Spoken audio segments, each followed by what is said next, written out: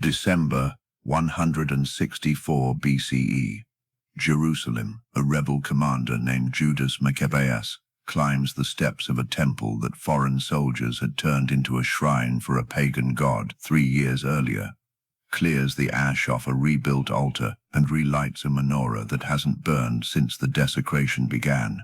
It's one of the most celebrated military and religious victories in the history of ancient Judea, an event still marked every year, more than 2,000 years later, as Hanukkah. Somewhere in that same general time and place, someone else is writing a very different account of the same war.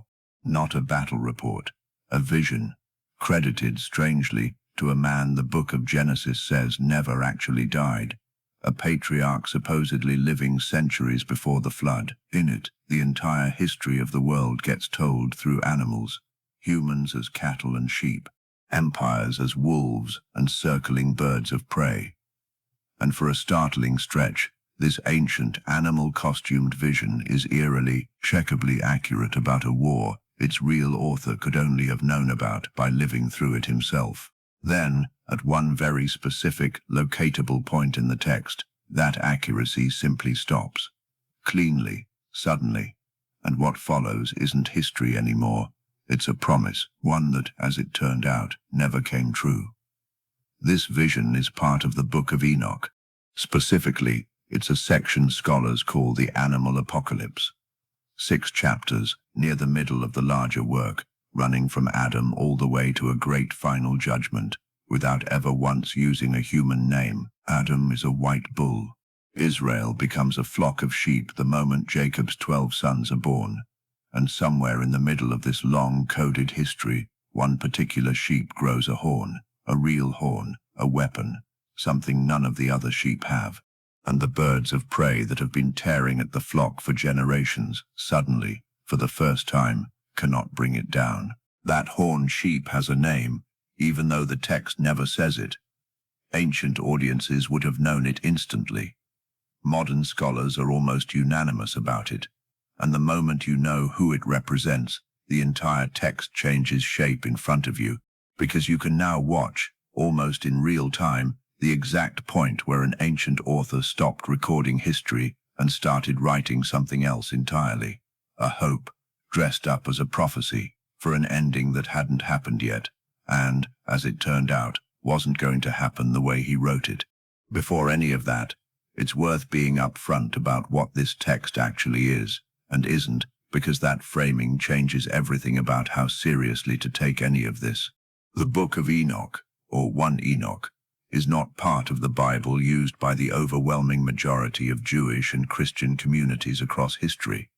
It sits outside the Hebrew Bible entirely, and outside the canon used by Catholics, Protestants, and the Eastern Orthodox churches. There's exactly one major Christian tradition that treats the whole book as fully canonical scripture, the Ethiopian Orthodox Tewahedo Church, along with the closely related Eritrean Orthodox Tewahedo Church. That single tradition status is worth remembering any time someone frames this book as something that was hidden or removed, as if it once had universal acceptance and was later stripped away. It didn't, and it wasn't.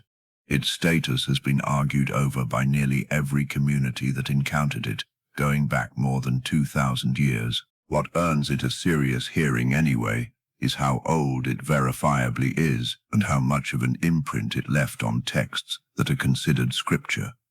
Fragments of 1 Enoch, written in Aramaic, were discovered among the Dead Sea Scrolls at Qumran, around a dozen separate manuscripts, dated by the handwriting style of the scribes who copied them, a method called paleography. That evidence places the earliest parts of the book, and quite possibly the section this account is built around, well within the 2 centuries before the birth of Christ, and 1 Enoch's fingerprints are all over the New Testament. The Book of Jude quotes it directly, by name, attributing the words to Enoch as though citing a recognized authority. Whatever else is true about 1 Enoch's canonical status, the writers of the New Testament had read it, and at least one of them treated it as worth quoting. The specific section this account focuses on sits inside a larger unit scholars call the Book of Dreams, which runs from chapter 83 to chapter 90 of 1 Enoch. The first part of that unit, chapters 83 and 84, is short. Enoch dreams that the heavens collapse and the earth is swallowed into an abyss, and his grandfather Mahalalel explains that the vision concerns the coming judgment of the flood. Enoch prays for a remnant to survive, and the vision ends. It's the second dream, running from chapter 85 through chapter 90, that does something far more ambitious. This is the animal apocalypse, and unlike almost every other apocalyptic vision in ancient literature, which tend to describe the future in language vague enough to fit almost any outcome, the animal apocalypse narrates the entire span of human history, from the creation of Adam down to a specific, real, datable war, in enough concrete symbolic detail that historians have been able to use it almost like a fossil record, reading off layer by layer exactly how far into that history the actual author was standing when he picked up his pen. The tool that lets historians do this is the text's own code, a consistent, deliberate system for representing every category of being as a different animal, adjusted the moment that being's moral or spiritual status changes within the story. Understanding this code isn't optional if you want to follow what happens next, because the entire mystery hinges on watching exactly when the code stops matching real, verifiable history and starts describing something that never occurred. Here's how the system works, according to the standard scholarly treatments of the text. George Nicholsberg's commentary and Patrick Tiller's book-length study of the animal apocalypse are the two most cited academic works on this material, and both lay the code out in essentially the same terms. Righteous humanity, in its purest, most original state, is represented by cattle, bulls and cows, white in color, signaling purity. Adam himself is introduced as a white bull. As the story of Genesis unfolds and humanity splits into different moral trajectories, the colors and species shift to track that split. Some lines stay white cattle, some degrade into black bulls, signaling corruption entering the bloodline. When the narrative reaches Jacob, whose descendants become the 12 tribes of Israel, the entire nation shifts species again, from cattle into sheep. From this point forward in the vision, sheep specifically means the covenant people, Israel, vulnerable and dependent on a shepherd for protection, exactly the way the actual Hebrew Bible uses flock imagery to describe the nation's relationship to God. Every nation and empire that oppresses Israel across the centuries gets its own animal. And the choice of animal is never random. It's chosen to reflect how that nation actually related to Israel, predator to prey. Egypt, in the Exodus narrative, appears as wolves. The nations Israel displaces during the conquest of Canaan appear as various wild beasts and birds of prey. Later empires, Assyria, Babylon, Persia, the Hellenistic kingdoms that eventually rule the region after Alexander the Great, are represented by different birds: eagles, kites, ravens, vultures. Each species apparently assigned based on real historical memory of how brutally or how briefly that particular power dominated the flock, and overseeing large stretches of this predation in a detail that becomes central to understanding how the vision explains centuries of national suffering, are 70 shepherds, angelic overseers, permitted by God to discipline and even harm the sheep for a set period, whose eventual judgment for exceeding their mandate becomes one of the vision's climactic scenes. This is, in other words, not a loose or impressionistic allegory. It's closer to a cipher, internally consistent enough that once you learn the key, you can read straight through centuries of biblical history exactly as the original audience would have, watching familiar events unfold in unfamiliar costume. So let's read it that way.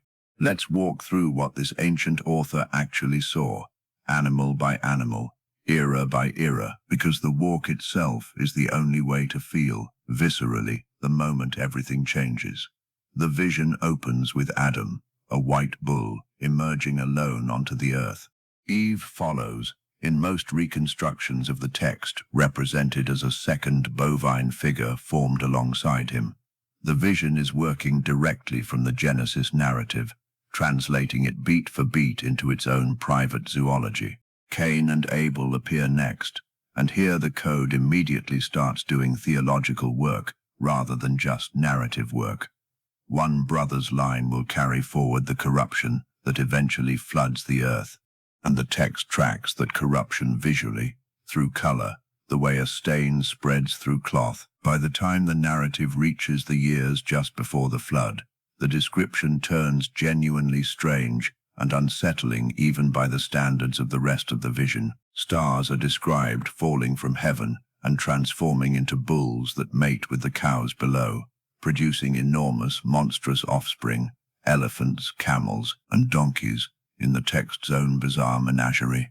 A symbolic retelling of the Watcher's narrative from earlier in 1 Enoch, the same story of rebellious heavenly beings and giant offspring explored in the Book of the Watchers, now folded into this second, independent historical vision as the direct cause of the world's total moral collapse. Noah appears as a white bull who becomes a man, a detail scholars have puzzled over, since it's one of the only points in the entire vision where an animal figure is explicitly said to transform into human form, likely signaling Noah's unique righteousness and his role as the one figure who survives the judgment about to fall. The flood itself is described with the same imagery as the short opening vision in chapters 83 and 84. Total inundation, total destruction, and then, breaking the surface of the water, the ark, carrying Noah and a curated set of surviving animals, the vision's own version of Genesis's careful cataloguing of what boarded the vessel.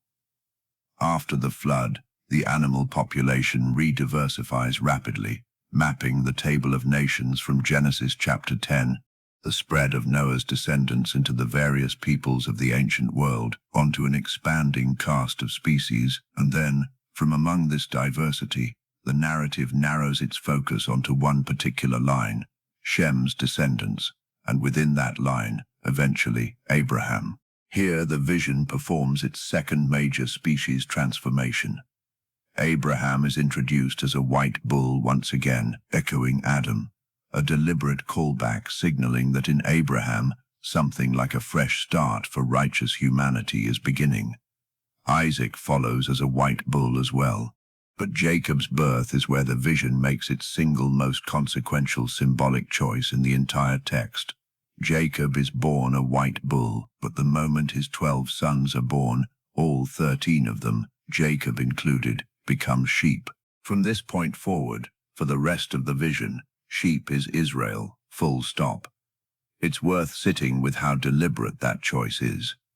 Cattle, in the ancient Near Eastern world this text was written in, were valuable, but not helpless. A bull can defend itself, sheep cannot. Sheep are prey animals by definition, animals that exist in a state of permanent vulnerability, entirely dependent on a shepherd's protection to survive predators that are, in every practical sense, stronger than they are. By recasting Israel as sheep at the exact moment the 12 tribes are born, the vision is making an argument about the entire shape of Israel's history before that history has even happened. This nation's story is going to be a story about vulnerability, about dependence on protection from outside forces, divine or otherwise, and about what happens in the stretches of time when that protection is withdrawn, or delegated, or fails. The narrative moves quickly through Joseph's story and the descent into Egypt, the sheep migrating into a land now populated by wolves, a species choice that needs no further explanation once you know Egypt is about to become 400 years of slavery. The suffering under Egyptian bondage is described in language that emphasizes exactly this predator-prey imbalance. Wolves overpowering sheep who have no natural defense against them, exactly as the actual Book of Exodus describes an enslaved population with no political or military power of its own. Deliverance comes in a form the text takes real care over, because Moses is one of only a handful of figures across the entire 6-chapter vision who is given individual, sustained attention rather than being folded anonymously into the flock. Moses appears as a sheep, not a bull, not a ram. A sheep, one of the vulnerable animals he's about to lead, who nonetheless becomes the one who leads the rest of the flock out from among the wolves. The vision describes the flock passing through what's rendered as a kind of swamp or flooding water that then closes over the pursuing enemy, a direct symbolic restaging of the crossing of the sea and the drowning of Pharaoh's army. Once in the wilderness, the text says something almost tender in the middle of all this predator-prey violence. The Lord of the sheep begins to open the sheep's eyes. Before this point, the flock has effectively been blind, stumbling through danger without perceiving where their true protection was coming from. The wilderness becomes the place where sight is restored. Then comes one of the strangest and most theologically loaded single verses in the entire vision. At Sinai, Moses, still described as a sheep throughout the journey, is said to become a man, and in that transformed state, to be taken up in the presence of the Lord of the sheep. Scholars who've spent careers on this text read that detail as the animal apocalypse's own idiosyncratic way of marking Moses's unique status. Virtually alone among all the human figures compressed into this vision, he's granted a kind of honorary elevation, briefly leaving animal form altogether to meet directly with God on the mountain, before returning to lead the flock the rest of the way. It's a small detail, easy to miss on a first read, but it tells you something about how carefully calibrated this coding system actually is. The author isn't randomly assigning species. Every promotion, every demotion, every brief transformation is doing deliberate narrative work. The flock crosses what the text describes as a stream, the Jordan, into what it calls a good and pleasant and glorious land, and the conquest of Canaan follows, described the way you'd expect. A vulnerable flock finally entering territory already inhabited by dangerous animals who don't want to give it up. Once settled, the vision moves into a repeating rhythm that maps directly onto the biblical Book of Judges. The sheep's eyes grow dim again, a recurring spiritual blindness, not a one-time event. And in that dimness they wander from the path and fall prey to a whole rotating cast of predators. Wild boars, understood by scholars working through the symbolism as representing the Edomites, a neighboring people the Hebrew Bible repeatedly frames as Israel's bitter and treacherous rival. Foxes, bears, each time the pattern repeats: blindness, wandering, attack, and then a new leader raised up, whose arrival briefly restores the flock's sight and pushes back the immediate threat. Precisely the judge-by-judge cycle the biblical Book of Judges itself describes, of deliverers rising, delivering, and the nation drifting back into danger the moment that deliverer dies. The kings of a unified Israel are introduced as rams rather than ordinary sheep, a species upgrade that marks them as leaders within the flock, without lifting them into a wholly different symbolic category. Saul's brief, troubled reign is compressed into a short passage. David's arrival is treated with more weight, befitting his role in the wider biblical narrative as the figure God specifically chooses and establishes as the founder of a lasting royal line. And then Solomon appears, described, in a small but telling detail, as a little ram, an odd modifier for the king remembered across the tradition for building the first temple in Jerusalem, until you realize the description isn't really about Solomon's physical size. It's marking a generational transition. Solomon is Israel's builder king, the one whose defining act, in this vision's own vocabulary, is constructing a tower in the middle of the flock's house, the vision's private shorthand for the Jerusalem temple standing at the center of national life. That tower matters enormously to everything that happens next, because for the rest of the vision, the tower functions as a kind of narrative barometer of Israel's national fortunes. Built, defiled, destroyed, and eventually rebuilt, each transition marking a major turn in the actual historical record. The United Kingdom doesn't stay united. Following Solomon's reign, the flock itself divides, echoing the biblical account of the kingdom splitting into a northern kingdom, Israel, and a southern kingdom, Judah, after Solomon's death. Political rupture translated directly into the vision's animal population, one flock becoming two, no longer moving as a single body. What follows across the vision's telling of this period is a long, grinding sequence of the divided flock being harried by an expanding cast of predatory nations, exactly matching the centuries the Hebrew Bible spends chronicling repeated invasions, alliances, and betrayals involving Israel and Judah's regional neighbors, Aram, Philistia, Moab, Ammon, Assyria pressing in from the northeast. And then the vision reaches the catastrophe that the entire preceding history has been building toward, the single most theologically loaded event in the whole Hebrew Bible's account of its own national story, the destruction of the temple and the exile. The vision's language shifts registers here, and the predators grow larger, more explicitly apex. Where earlier threats were foxes and boars and bears, real but survivable dangers, this new threat is described using lions and what several English translations of the text render as tigers, standing in for Assyria and Babylon, the two great imperial powers that, across roughly a century and a half of real history, systematically dismantled first the northern kingdom and then the southern one. These predators don't just harass the flock the way earlier ones did. They tear down the tower, the temple, and scatter the sheep, driving them out of the good and glorious land entirely, and into exile among the very predators who destroyed their home. If you know the actual history being encoded here, the emotional weight of this section is hard to overstate. The fall of Samaria to Assyria in 722 BCE, the fall of Jerusalem to Babylon in 586 BCE, the burning of Solomon's temple, the deportation of the population, the defining trauma of the entire Hebrew Bible, compressed into a handful of verses about lions tearing apart a helpless flock and driving the survivors into unfamiliar country. But the vision doesn't end the story there, any more than the Hebrew Bible itself does. It moves, as the historical record moves, toward return. The exile ends.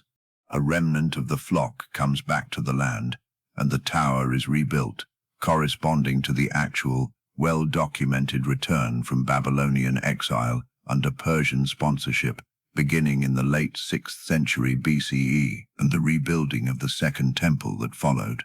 And it's precisely here, in this post-exilic stretch of the vision, that the text starts doing something scholars have found unusually useful. It starts counting. Beginning at this point in the narrative, the vision introduces a specific, numbered sequence of shepherds, 70 of them in total, according to the scheme the text lays out, angelic overseers assigned in rotating shifts to watch over the flock, with explicit permission from the Lord of the sheep to allow a certain, divinely limited amount of harm to come to them as ongoing discipline for the nation's earlier unfaithfulness, but under strict instruction to keep careful record of exactly how much harm each of them causes, because each shepherd will eventually be individually judged for whether he exceeded his mandate. It's a strange and striking piece of theology in its own right, an attempt to explain centuries of continued national suffering, even after the return from exile, without abandoning the claim that a just God remains ultimately in control of the process. But for the purposes of tracing this account's central mystery, what matters most is the scheme's structure. The 70 shepherds are organized into several distinct periods, in a sequence scholars including George Nicholsberg have worked to correlate with real historical spans. A first stretch of 37 shepherds, then a second stretch of 23, covering in Nicholsberg's own reconstruction, roughly the period between the return from exile in the late 6th century BCE and the mid-3rd century BCE, the era of Persian rule over the region, followed by its conquest by Alexander the Great and division among his Hellenistic successors. That numbered scheme is, in effect, this ancient author's own private historical clock, and it's the thing that lets modern historians eventually pin down almost exactly what moment in real time the author himself was standing in when he set his pen down. which brings the story to the point everything before it has been building toward. The point where the sheep, after everything, exile, return, generations of shepherds permitted to harm them, wave after wave of imperial overlordship, finally produce, from within their own ranks, something none of them have ever produced before. To understand what the sheep are actually facing by this point in the vision, you have to understand what was actually happening on the ground, in real documented history. During the years scholars believe this text was written, because the vision's imagery only lands with its full weight once you know it wasn't written from a safe distance. It was written from inside the crisis it describes. By the 170s and 160s BCE, the region containing Jerusalem had passed, through a chain of conquests going back to Alexander the Great, into the control of the Seleucid Empire, one of the Hellenistic kingdoms carved out of Alexander's territory after his death. The Seleucid king during the relevant crisis was Antiochus IV, who took the title Epiphanes, God Manifest, a title that itself tells you something about how this particular ruler saw his own authority.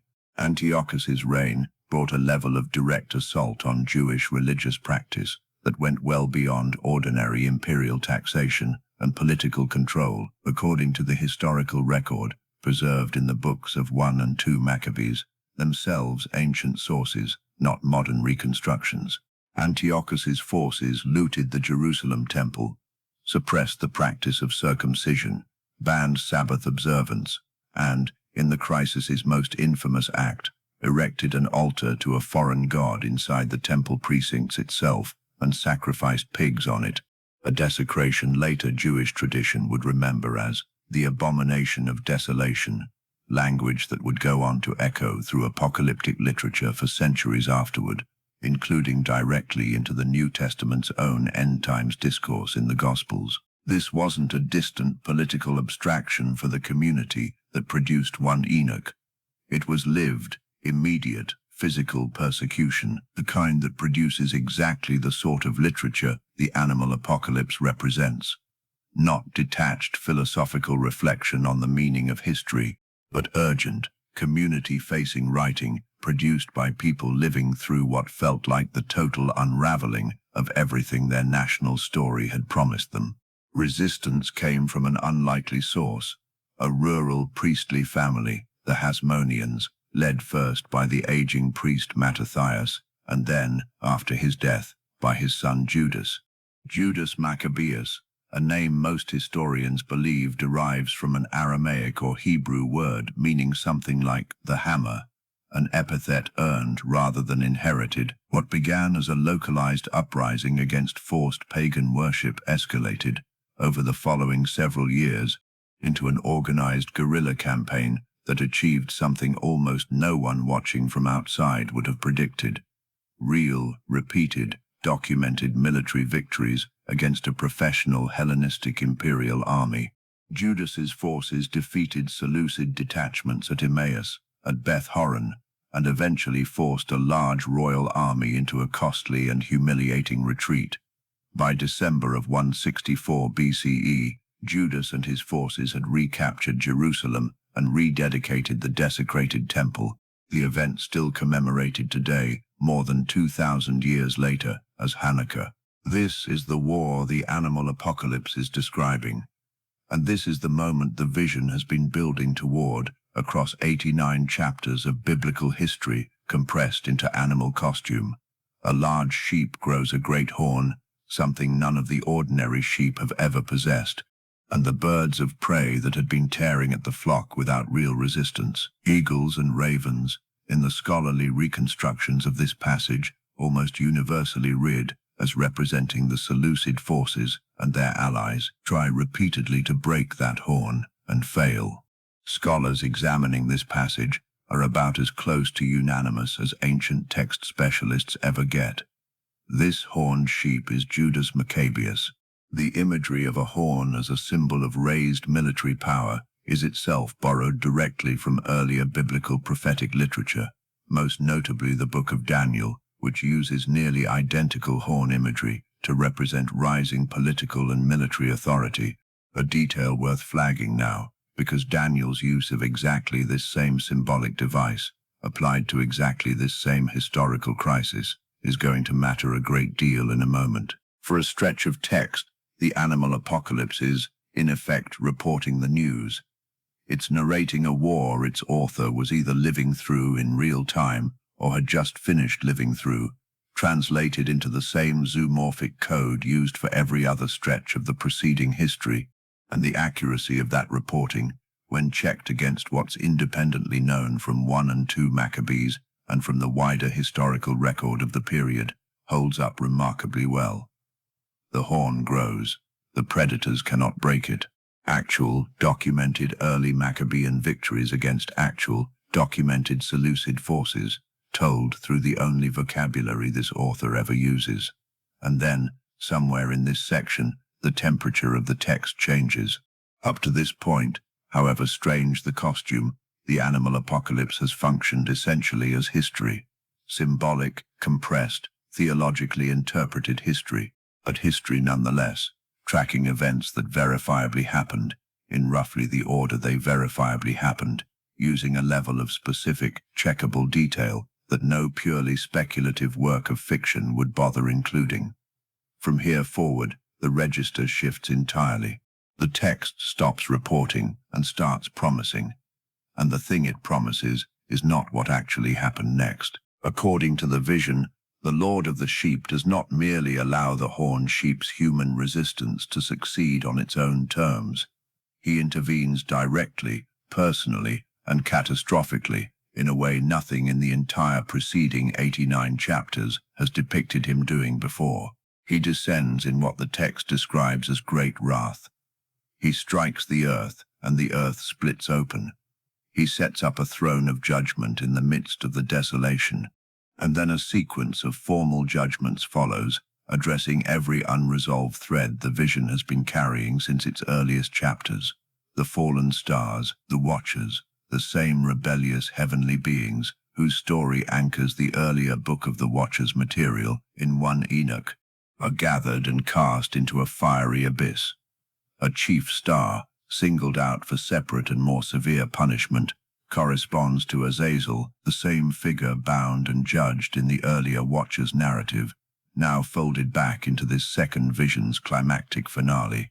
And then, in the passage that matters most for understanding exactly how this vision functions as a historical document, the 70 shepherds, the angelic overseers permitted since the exile to discipline the flock, each one supposedly keeping careful record of exactly how much harm he caused, are brought forward individually and judged for whether they exceeded what they were permitted to do. Those found guilty of excessive cruelty are condemned and cast into the same fiery abyss as the fallen stars. After this judgment, the vision describes something like a full national and cosmic restoration. A new house, a new Jerusalem, a new temple, is erected, described as larger and more glorious than anything that existed before, built directly by the Lord of the Sheep himself rather than by human hands, unlike Solomon's tower earlier in the vision. The scattered and lost sheep are gathered back into this new house from wherever they've been driven across the whole preceding history of exile and dispersal. And then, in the vision's final and most theologically ambitious move, a white bull is born among the flock, a callback, unmistakable and deliberate, to Adam himself, the very first white bull the vision introduced at its opening. And this new white bull is joined, eventually, by all the surrounding wild animals and birds, the former predators themselves transformed and reconciled, no longer enemies of the flock but participants alongside it in a restored, unified, and finally peaceful creation. It's a genuinely beautiful piece of theological imagination, read purely as literature. A vision of history's violence finally, fully resolved, judgment rendered on every party who abused their power across the whole preceding narrative, and a new creation emerging that heals not just Israel's specific wounds, but the entire predator-prey structure the vision has used to describe reality since Cain and Abel. It also did not happen, not in 164 BCE, not in 160 BCE, not, obviously, at any point since. Judas Maccabeus did not preside over a divine intervention that split the earth and inaugurated a new creation. He continued fighting a hard, grinding, uncertain war against Seleucid power for several more years after the temple's rededication. A war with real setbacks as well as real victories. Nothing like the clean, total, cosmically guaranteed triumph the vision's final chapters describe. And in 160 BCE, at the Battle of Elassa, fighting against a Seleucid army that heavily outnumbered his own forces, Judas Maccabeus was killed, not transfigured, not vindicated by a direct divine intervention splitting the sky open.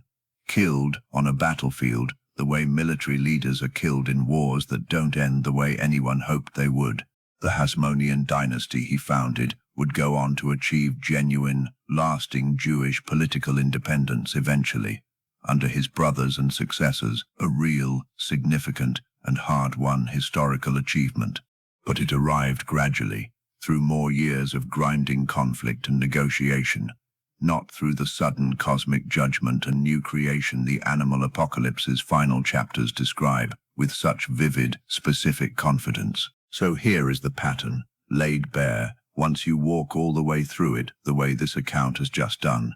A text that narrates roughly 2,000 years of biblical history, from Adam to the early years of the Maccabean revolt, with a level of specific, checkable accuracy that any historian working from independent sources, the Hebrew Bible itself, the books of Maccabees, the wider archaeological and historical record of the ancient Near East can verify, point by point, era by era.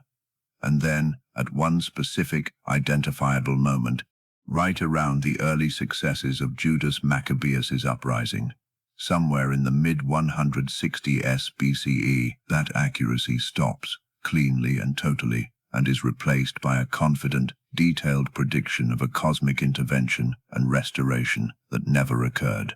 That's not a small detail buried in a footnote. For historians studying this text, it is, in a very real sense, the whole story, because it's exactly the kind of seam that lets you date an anonymous ancient document with a precision that would otherwise be completely out of reach. There's one more layer to this text's coding system worth pulling apart on its own, because it's easy to read past it as simple storytelling flair, when it's actually doing careful, deliberate theological work, and understanding it adds real weight to everything already laid out about how systematically constructed this vision is. Scholars who've studied the animal apocalypse's choice of species closely, Lydia Gore-Jones's academic work on the text's animal symbolism is one of the clearer treatments of this specific point, have argued that the selection isn't simply drawn from whatever predator and prey imagery felt dramatically appropriate. It's built directly on top of the dietary purity categories laid out in the Book of Leviticus, the biblical distinction between animals designated clean, permitted for Israelites to eat, and, by extension, to offer in sacrifice, and animals designated unclean, forbidden.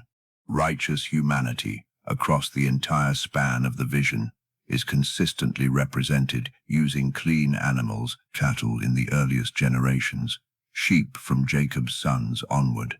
The nations and forces arrayed against them are consistently represented using unclean, often explicitly predatory species, wolves, wild boars, birds of prey. Even the specific choice of wild boars to represent the Edomites carries a pointed, almost sardonic edge once you know the dietary background. The pig is among the most emphatically forbidden animals in the entire Levitical purity code, and Edom, in the wider biblical tradition, is remembered as one of Israel's closest and most bitterly resented relatives turned rivals, a nation descended, according to Genesis, from Jacob's own twin brother Esau, casting that particular rival as the particular animal Jewish law considered most emphatically off-limits to eat. Wasn't an accident of convenience. It was a small, pointed piece of theological commentary embedded directly into the story's zoology. Even the animal choice itself is arguing that Edom's hostility toward Israel represents a kind of fundamental, almost category-level violation of the relationship the two peoples should have had, given how closely related their origin stories actually are. This same underlying logic, moral and covenantal status, mapped directly onto the biblical purity system's own categories, extends all the way through the vision's handling of the great empires. Assyria and Babylon appear as lions, and what several translations render as tigers, genuinely apex predators, animals capable of overpowering even large, strong prey, appropriate to two empires that, within the actual historical memory this vision is drawing on, didn't just harass Israel the way earlier, smaller threats had, but destroyed its central institutions outright and drove its population into exile. The later imperial powers, Persia, and then the various Hellenistic kingdoms that arose after Alexander's conquests, are represented through a rotating cast of birds of prey, eagles, kites, ravens, vultures, each apparently selected based on specific historical memory of how that particular power related to Israel during its period of dominance, whether through outright violence, exploitative overlordship, or comparatively lighter-handed control. What this consistent, purity code-based mapping accomplishes across the entire sweep of the vision is an argument that goes well beyond simple narrative color. It's insisting, structurally, in the very grammar of the storytelling itself, that the political history of the ancient Near East and the moral religious categories of Israel's own law are the same story, told twice, in two different registers. The nations that oppress Israel aren't merely politically or militarily dangerous. They're symbolically unclean, standing outside the same category of covenantal purity the sheep themselves are meant to embody, which means Israel's eventual vindication, in the vision's own logic, isn't simply a political reversal.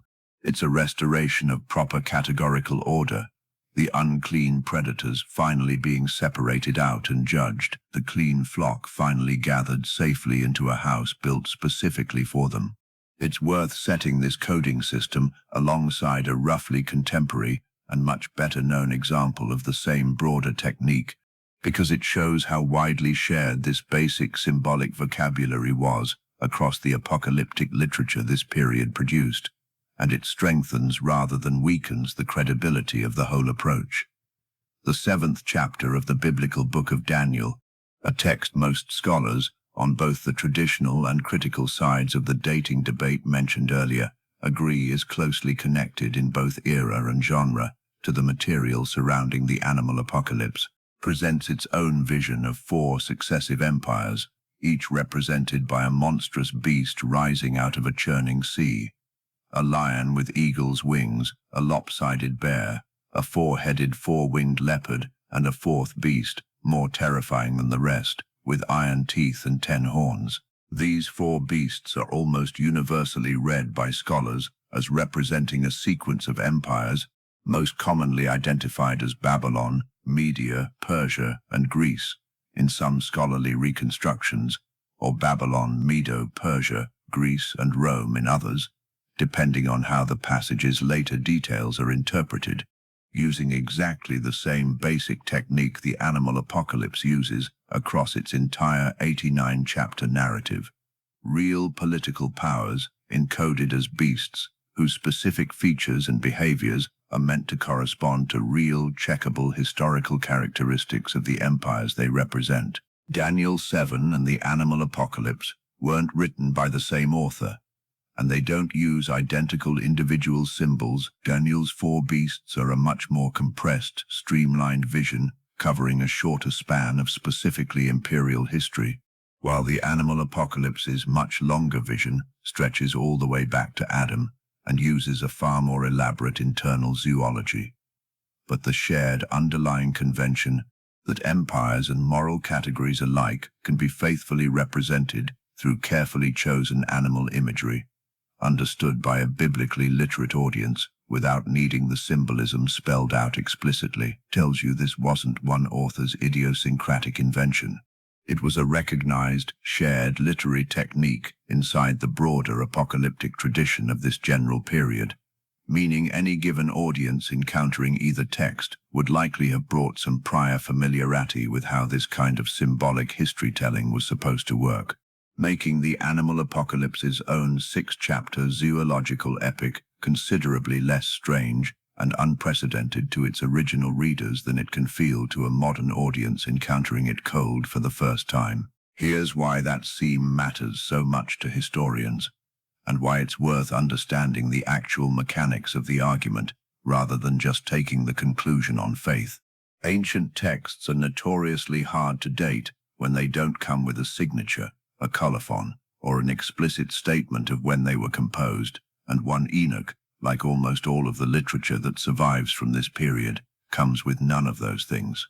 What survives are manuscripts, the earliest physical copies of which can be dated using paleography, analyzing the shape and style of the handwriting against other, more securely dated samples of the same script tradition. Paleography gives you a useful but fairly wide window. The Qumran fragments of the Animal Apocalypse establish that the text existed by a certain point in the 2nd or 1st century BCE, since that's when the surviving physical copies were produced. But paleography alone can't tell you when the text was originally composed, only when it was still being copied by the community that eventually hid it in the caves above the Dead Sea. The original composition could, in principle, be considerably earlier than the oldest surviving copy. What actually lets scholars narrow the composition date down with startling precision is the internal evidence, specifically the exact point in the narrative where the text stops being verifiably accurate and starts being verifiably wrong. This method has a name in biblical scholarship. It's called dating by ex eventu prophecy, a Latin phrase meaning, roughly, prophecy after the event. The logic behind it is straightforward once you see it laid out, and it isn't unique to the Animal Apocalypse. It's one of the standard tools scholars use across a whole category of ancient apocalyptic literature. If a text, framed as predicting the future, turns out to accurately describe a long, complicated sequence of real historical events, and then abruptly stops being accurate at one specific point, switching to vague, idealized, or simply false predictions from that point forward, the most reasonable explanation isn't that the author had genuine predictive insight that mysteriously failed him at one particular moment. The far more reasonable explanation is that the author was writing after the fact, right up to that exact point, narrating real history under the literary disguise of prophecy, precisely because dressing real, known events as ancient predictions lent enormous persuasive and theological weight to the author's own community, living through an active crisis that a plain historical narrative wouldn't have carried. The moment the text stops matching reality is, in effect, the moment the author ran out of history to describe and had to start guessing, or, more precisely, hoping about what would happen next. Applied to the Animal Apocalypse, this method produces a remarkably tight window. The text accurately, verifiably tracks history through the return from Babylonian exile, through the Persian period, through Alexander's conquest and the subsequent division of his empire among the Hellenistic successor kingdoms, and into the early years of the Maccabean uprising against Antiochus IV, including, in the reading nearly all specialists share, the specific early military successes of Judas Maccabeus, the great horn that the birds of prey cannot break. And then it stops being accurate and pivots into the description of a cosmic intervention, a final judgment of the 70 shepherds, and a new creation that never occurred. Two of the scholars most closely associated with pinning down exactly where that seam sits are George Nicholsburg, whose commentary on 1 Enoch remains the standard scholarly reference work on the text, and Daniel Olson, whose dissertation-length study of the Animal Apocalypse specifically argued that the vision functioned, in its earliest form, almost as contemporary political writing in support of Judas's leadership, something closer to propaganda in the literal, non-pejorative sense of the word, written to validate Judas's authority by placing him inside the same divinely sanctioned narrative arc as Moses and Joshua before him. Olson's reconstruction, places the bulk of the composition around 165 BCE, matching it to the period right around the recapture and rededication of the temple. Nicolsburg's analysis goes a step further, identifying a small cluster of specific verses, roughly 90, 9 through 90, 16 in the standard chapter numbering, as a probable later addition or update to the original text, inserted sometime around 163 to 161 BCE, in the window that includes the Battle of Edessa, a further Maccabean military victory documented in both 1 and 2 Maccabees as occurring in March of 161 BCE. If that reconstruction is right, it means the animal apocalypse wasn't even written in a single sitting. It was drafted and then quietly updated as the real war it was tracking continued to develop, the same way a modern writer might revise an article as a breaking news story unfolds. Either way, whether you follow Olson's earlier date or Nicolsburg's slightly later, updated one, both land inside a remarkably narrow window, sometime between roughly 165 and 161 BCE, a span of at most 4 years, and quite possibly less. For an anonymous work of ancient religious literature with no signature and no explicit date, that's an extraordinarily precise result, and it's the internal seam, not any external record, that makes it possible. It's worth pausing here to note that this isn't some fringe or unusually skeptical reading forced onto the text by scholars looking to debunk it. This is close to scholarly consensus, taught in university courses on Second Temple Judaism and apocalyptic literature, referenced in standard academic commentaries, and it isn't even controversial in the way plenty of biblical dating questions remain controversial. The evidence for it sits directly in the text itself, available to anyone willing to read it carefully against the historical record it's describing, and once you understand the method, it becomes obvious why this isn't an isolated curiosity limited to one strange section of one non-canonical book. The exact same forensic pattern shows up in a text that is canonical, that sits inside the Hebrew Bible, used by every major Jewish and Christian tradition, the Book of Daniel, specifically its 11th chapter.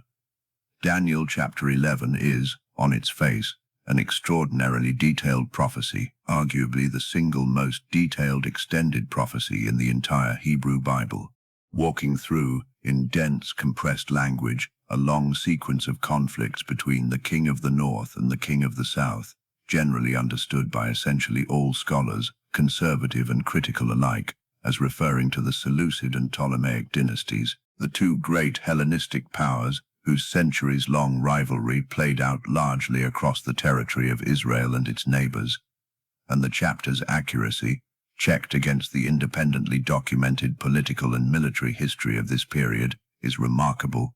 Reign after reign, marriage alliance after marriage alliance, invasion after invasion, matching the historical record with a level of specificity that has struck readers, believing and skeptical alike, for centuries. And then, in verses widely understood to describe the reign and death of Antiochus IV Epiphanes, the same king whose persecution triggered the Maccabean revolt the animal apocalypse is describing. The same thing happens. The detailed, verifiable accuracy stops, and the text predicts a death for Antiochus that doesn't match the death he actually had. Historical sources broadly agree that Antiochus IV died during a military campaign in Persia, likely from illness, in 164 BCE. Daniel chapter 11 describes him instead meeting his end somewhere between the sea and the beautiful holy mountain, language most naturally read as placing his death in the land of Israel itself, in a context of direct, decisive divine judgment. An ending that simply doesn't match the documented historical record of where and how Antiochus actually died. This is precisely the same pattern the animal apocalypse displays, in a different book, using an entirely different symbolic vocabulary. And it's a large part of why the overwhelming majority of critical biblical scholars, as distinct from more traditional or conservative interpreters, who generally hold to an earlier, 6th century BCE date for the entire Book of Daniel. Date at least this portion of Daniel to the same narrow window in the mid-160s BCE, right around the events it's describing, rather than to the Babylonian exile setting the book's own narrative frame claims for it. It's worth being honest and even-handed about this particular point, because it remains a genuinely disputed question along religious and academic lines rather than a settled one.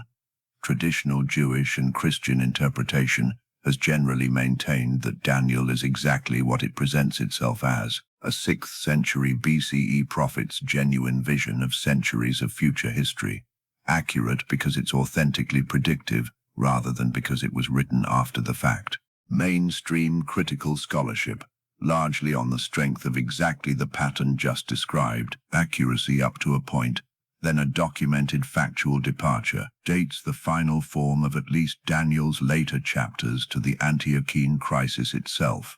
This account isn't going to resolve that argument, and it would be dishonest to pretend the argument doesn't exist or that one side has definitively won it.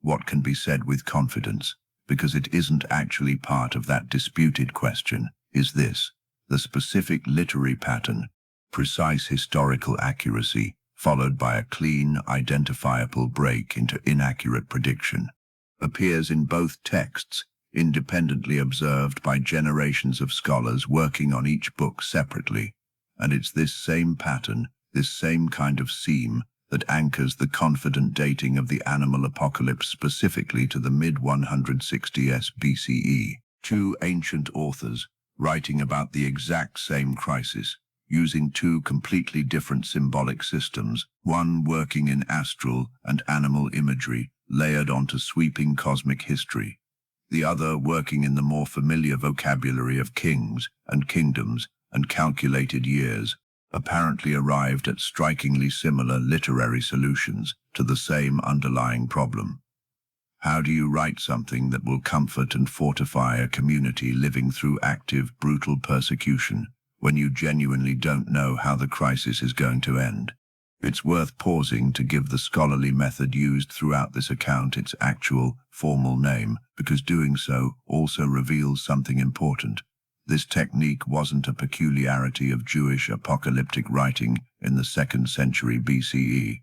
It was a documented literary convention practiced across the ancient Near East for well over 1,000 years before the animal apocalypse was ever composed. Scholars call the pattern vaticinium ex eventu, Latin for prophecy from the event, or more loosely, prophecy after the fact.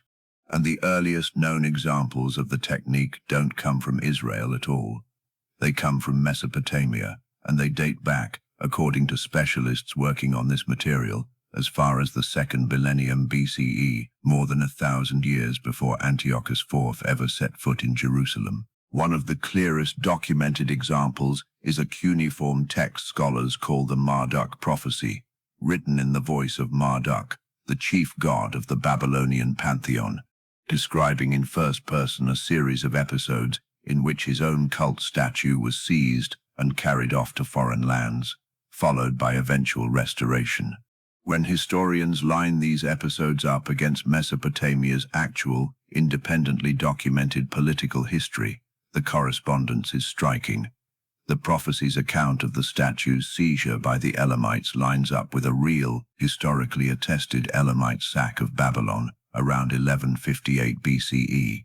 A later seizure in the narrative corresponds to a real Assyrian conquest under an Assyrian king roughly a century afterward.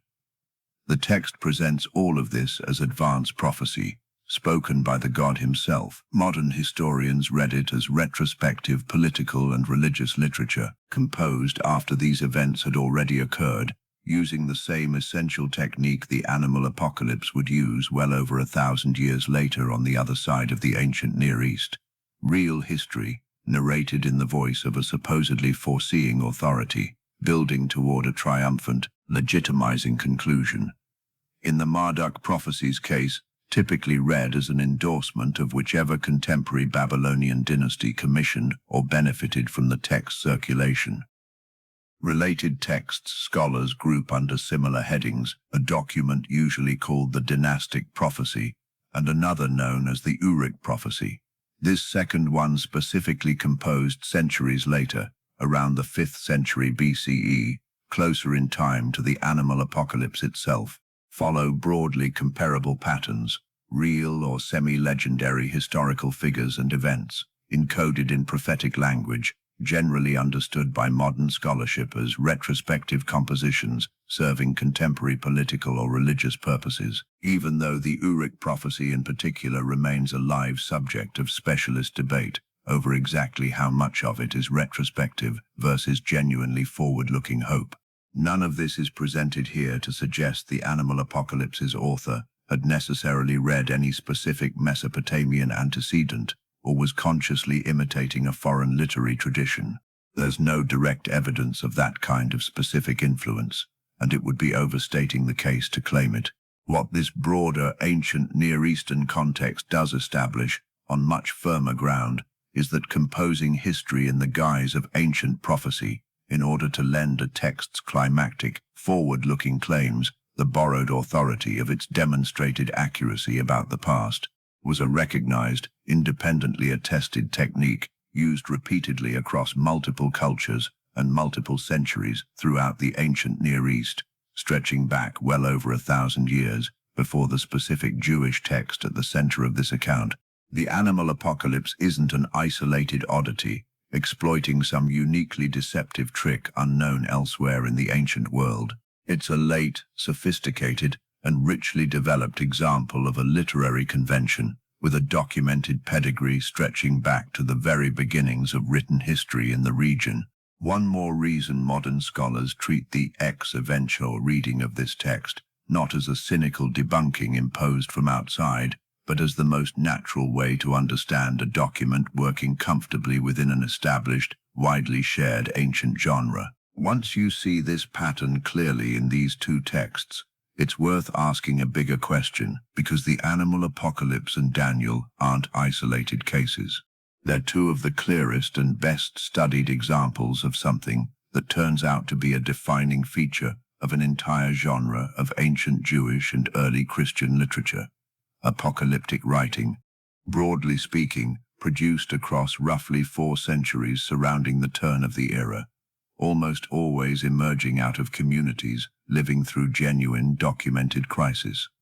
The word apocalypse itself comes from a Greek term meaning unveiling or revelation, not, in its original sense, a word about catastrophic destruction, the meaning it's picked up in modern popular usage, but a word about hidden knowledge being pulled back and shown to someone who couldn't otherwise access it, and the recurring shape of that unveiling, across text after text in this genre, follows a strikingly consistent pattern.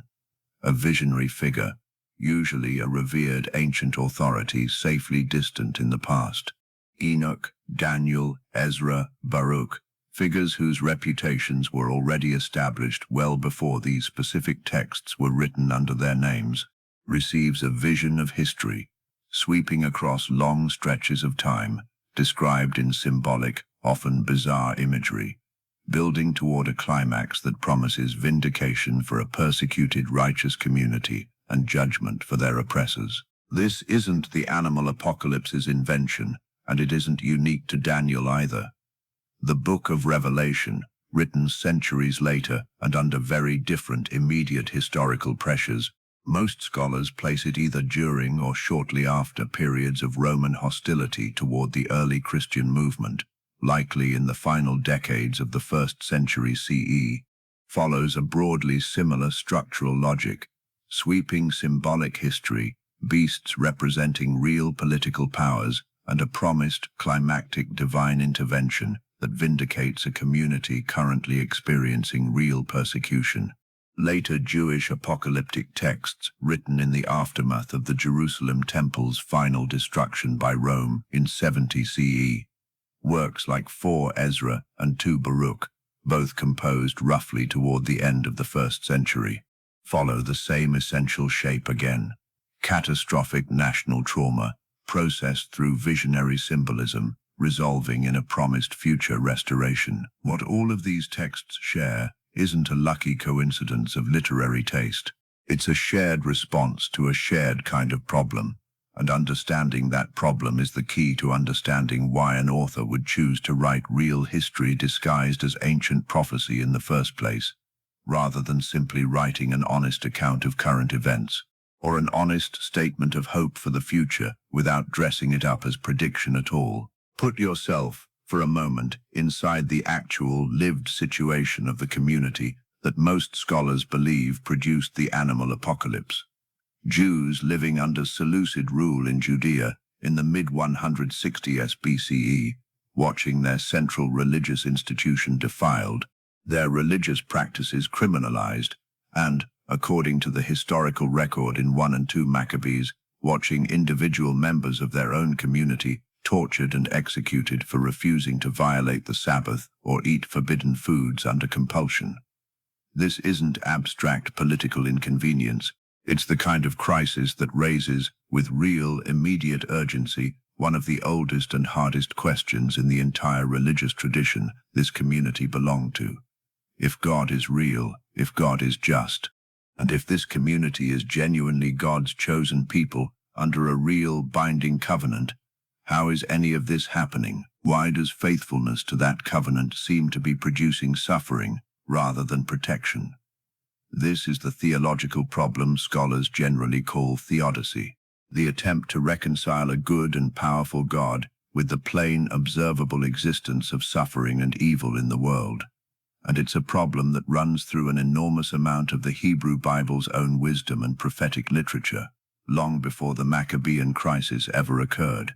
The animal apocalypse's answer to that problem, worked out across its entire sweeping historical narrative, is neither a denial that the suffering is real, nor an abandonment of the claim that God remains sovereign over history.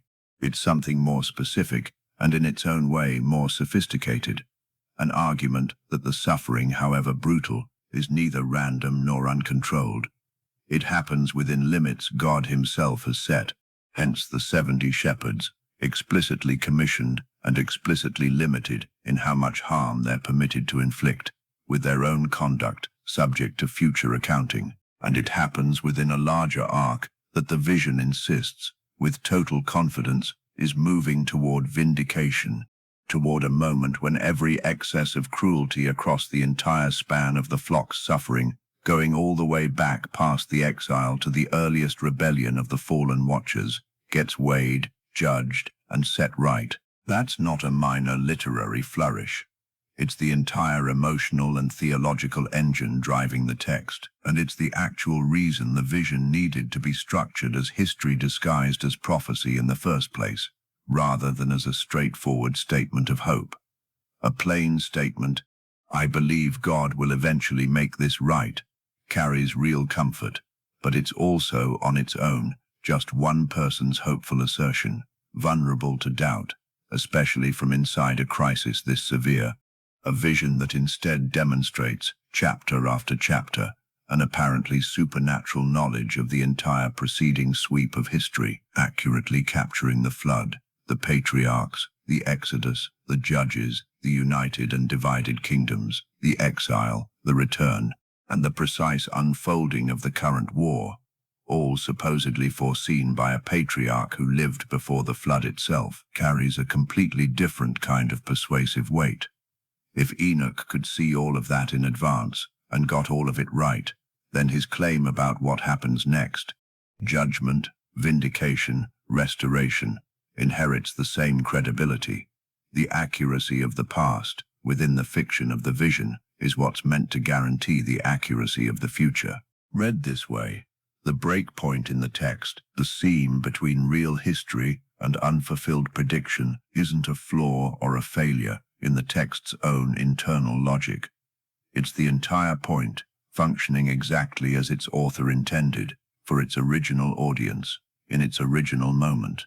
The author wasn't claiming to have genuinely foreseen the distant future from some impossible vantage point, centuries before Adam's descendants existed. The author was doing something that ancient audiences understood as a legitimate, recognized literary and theological convention, writing from inside a live crisis, using inherited history to establish the vision's authority, and using that inherited authority to make an urgent, community-sustaining claim about what was coming next, a claim of hope, offered to people who needed it badly, in language borrowed from a genre everyone in that world would have recognized as doing exactly this. It's worth being clear that recognizing this doesn't make the text somehow fraudulent or contemptible any more than recognizing that a parable is fiction makes the moral lesson inside it worthless. Ancient readers of apocalyptic literature generally weren't naive about this convention, the way a modern audience unfamiliar with the genre might assume they were. Pseudonymous ex eventu apocalyptic writing was a widely practiced and widely understood mode of religious literature across the Hellenistic and early Roman periods, appearing across Jewish, Christian, and even some surrounding pagan literary traditions, and communities that produced and circulated these texts generally weren't attempting to perpetrate a hoax on readers who would have taken the prediction completely literally. They were working inside an established set of literary expectations, using the authority of a legendary ancient figure and the credibility of accurate historical recall to deliver an urgent theological and communal message about meaning, endurance, and hope under active persecution. That reframing matters enormously for how you should think about the specific promise this text made and didn't keep. The animal apocalypse said, in effect, "This suffering has a limit, this horn will not be broken, and beyond the current crisis lies total, cosmic vindication." The specific, literal details of that vindication, the earth splitting, the new temple descending fully formed, all nations transformed and unified with the flock in permanent peace, didn't happen. Not in 164 BCE, not in 160 BCE, not since. But the broader claim underneath the specific imagery that the crisis had a limit, that the persecution would not simply continue forever unchallenged, turned out, in its own less cosmic, more historically ordinary way, to be roughly true. The temple was rededicated. The immediate persecution under Antiochus IV did end. The Hasmonean dynasty Judas founded did eventually achieve genuine Jewish political independence, lasting for roughly a century, until Rome's arrival reshaped the region's politics yet again. None of that unfolded with the clean, instantaneous, cosmically guaranteed finality the vision's closing chapters describe, but the underlying, less specific hope that faithfulness under this particular persecution would not simply be met with permanent, unanswered suffering, wasn't entirely misplaced, even if the specific mechanism the vision predicted never arrived. One more question worth asking directly, because it's easy to take for granted once you're deep inside the text's own internal logic. Of all the figures available across the whole span of Israel's inherited tradition, why attribute this particular vision to Enoch specifically, rather than to a more obviously central patriarchal figure, Abraham or Moses, or one of the great classical prophets whose books already carried enormous authority by the 2nd century BCE? The answer sits inside a single, famously terse verse in the Book of Genesis, easy to read past quickly but loaded with implication once later interpretive tradition got hold of it. Genesis chapter 5, in the middle of a long, formulaic genealogy listing a chain of pre-flood patriarchs, each living an enormous span of years before dying, breaks its own pattern for exactly one figure. Every other name in that chapter follows the same formula. So-and-so lived so many years, had a son, lived so many more years, and died. Enoch's entry breaks the formula. The text says Enoch walked with God, and then, instead of the expected notice of his death, says only that he was not, for God took him. No death is recorded, no burial, among an entire genealogical chapter, otherwise defined by its relentless, repeated insistence that everyone listed eventually died. Enoch is the single glaring exception, that tiny narrative gap, a patriarch who apparently never died, taken directly by God under circumstances the text refuses to elaborate on, turned out to be exactly the kind of opening later interpretive imagination loves to fill. If Enoch was taken up into God's own presence without dying, what did he see there? What did he learn in that space that an ordinary mortal patriarch couldn't have learned by living out a normal human lifespan and dying like everyone else in his genealogy? By the centuries surrounding the composition of the animal apocalypse, a whole body of literature had grown up around exactly this question, of which one Enoch as a whole is the largest and most influential surviving example. Texts attributing to Enoch an enormous range of hidden, revealed knowledge, the future course of history, the movements of the sun and moon, the geography of heaven and the underworld, the fate of the fallen watchers, all justified by that single, unexplained gap in Genesis's own account of his death. Attributing this specific vision to Enoch, rather than to a more central figure like Moses, accomplished something the vision's author needed structurally, given how far back into prehistory his narrative needed to reach. A vision attributed to Moses could plausibly claim knowledge of everything from Moses' own lifetime forward, but it would strain credibility to have Moses claim direct knowledge of events stretching back before Adam's own descendants had multiplied, let alone knowledge of the specific mechanics of a flood that, in the biblical chronology, happened many generations before Moses was even born. Enoch, positioned in Genesis's own genealogy several generations before the flood, and marked by that unique, unexplained transition directly into God's presence rather than into ordinary death, was uniquely positioned within the existing biblical tradition to plausibly narrate the entire sweep of history from Adam forward, including events his own biological descendants, Noah among them, hadn't yet lived to see. The vision needed a narrator whose claimed vantage point could stretch across the entire span of history it wanted to cover, and Genesis's brief, strange treatment of Enoch had already, centuries earlier and for entirely different reasons, created exactly that kind of narrator, sitting there in the tradition, available to any later author looking for a voice authoritative and far-seeing enough to carry a vision this ambitious. This is also, worth noting honestly, a widely recognized and named literary convention in the study of this period, rather than something unique to Enoch specifically. Scholars called texts written under the name of a revered ancient figure, rather than under the actual author's own name, pseudonymous or pseudepigraphal literature, and it was an enormously common practice across Jewish apocalyptic writing of this era. Texts attributed to Moses, to Ezra, to Baruch, to the 12 patriarchs, alongside the substantial body of literature attributed to Enoch, all follow the same basic convention: an anonymous contemporary author writing under conditions of real crisis, borrowing the authority and the plausible historical vantage point of a legendary ancient figure to give the resulting work a persuasive weight and reach that an openly contemporary, anonymously authored text simply couldn't carry on its own. Modern readers, encountering this convention without the context ancient audiences would have brought to it, sometimes read pseudonymous authorship as a kind of deception or forgery in the modern sense.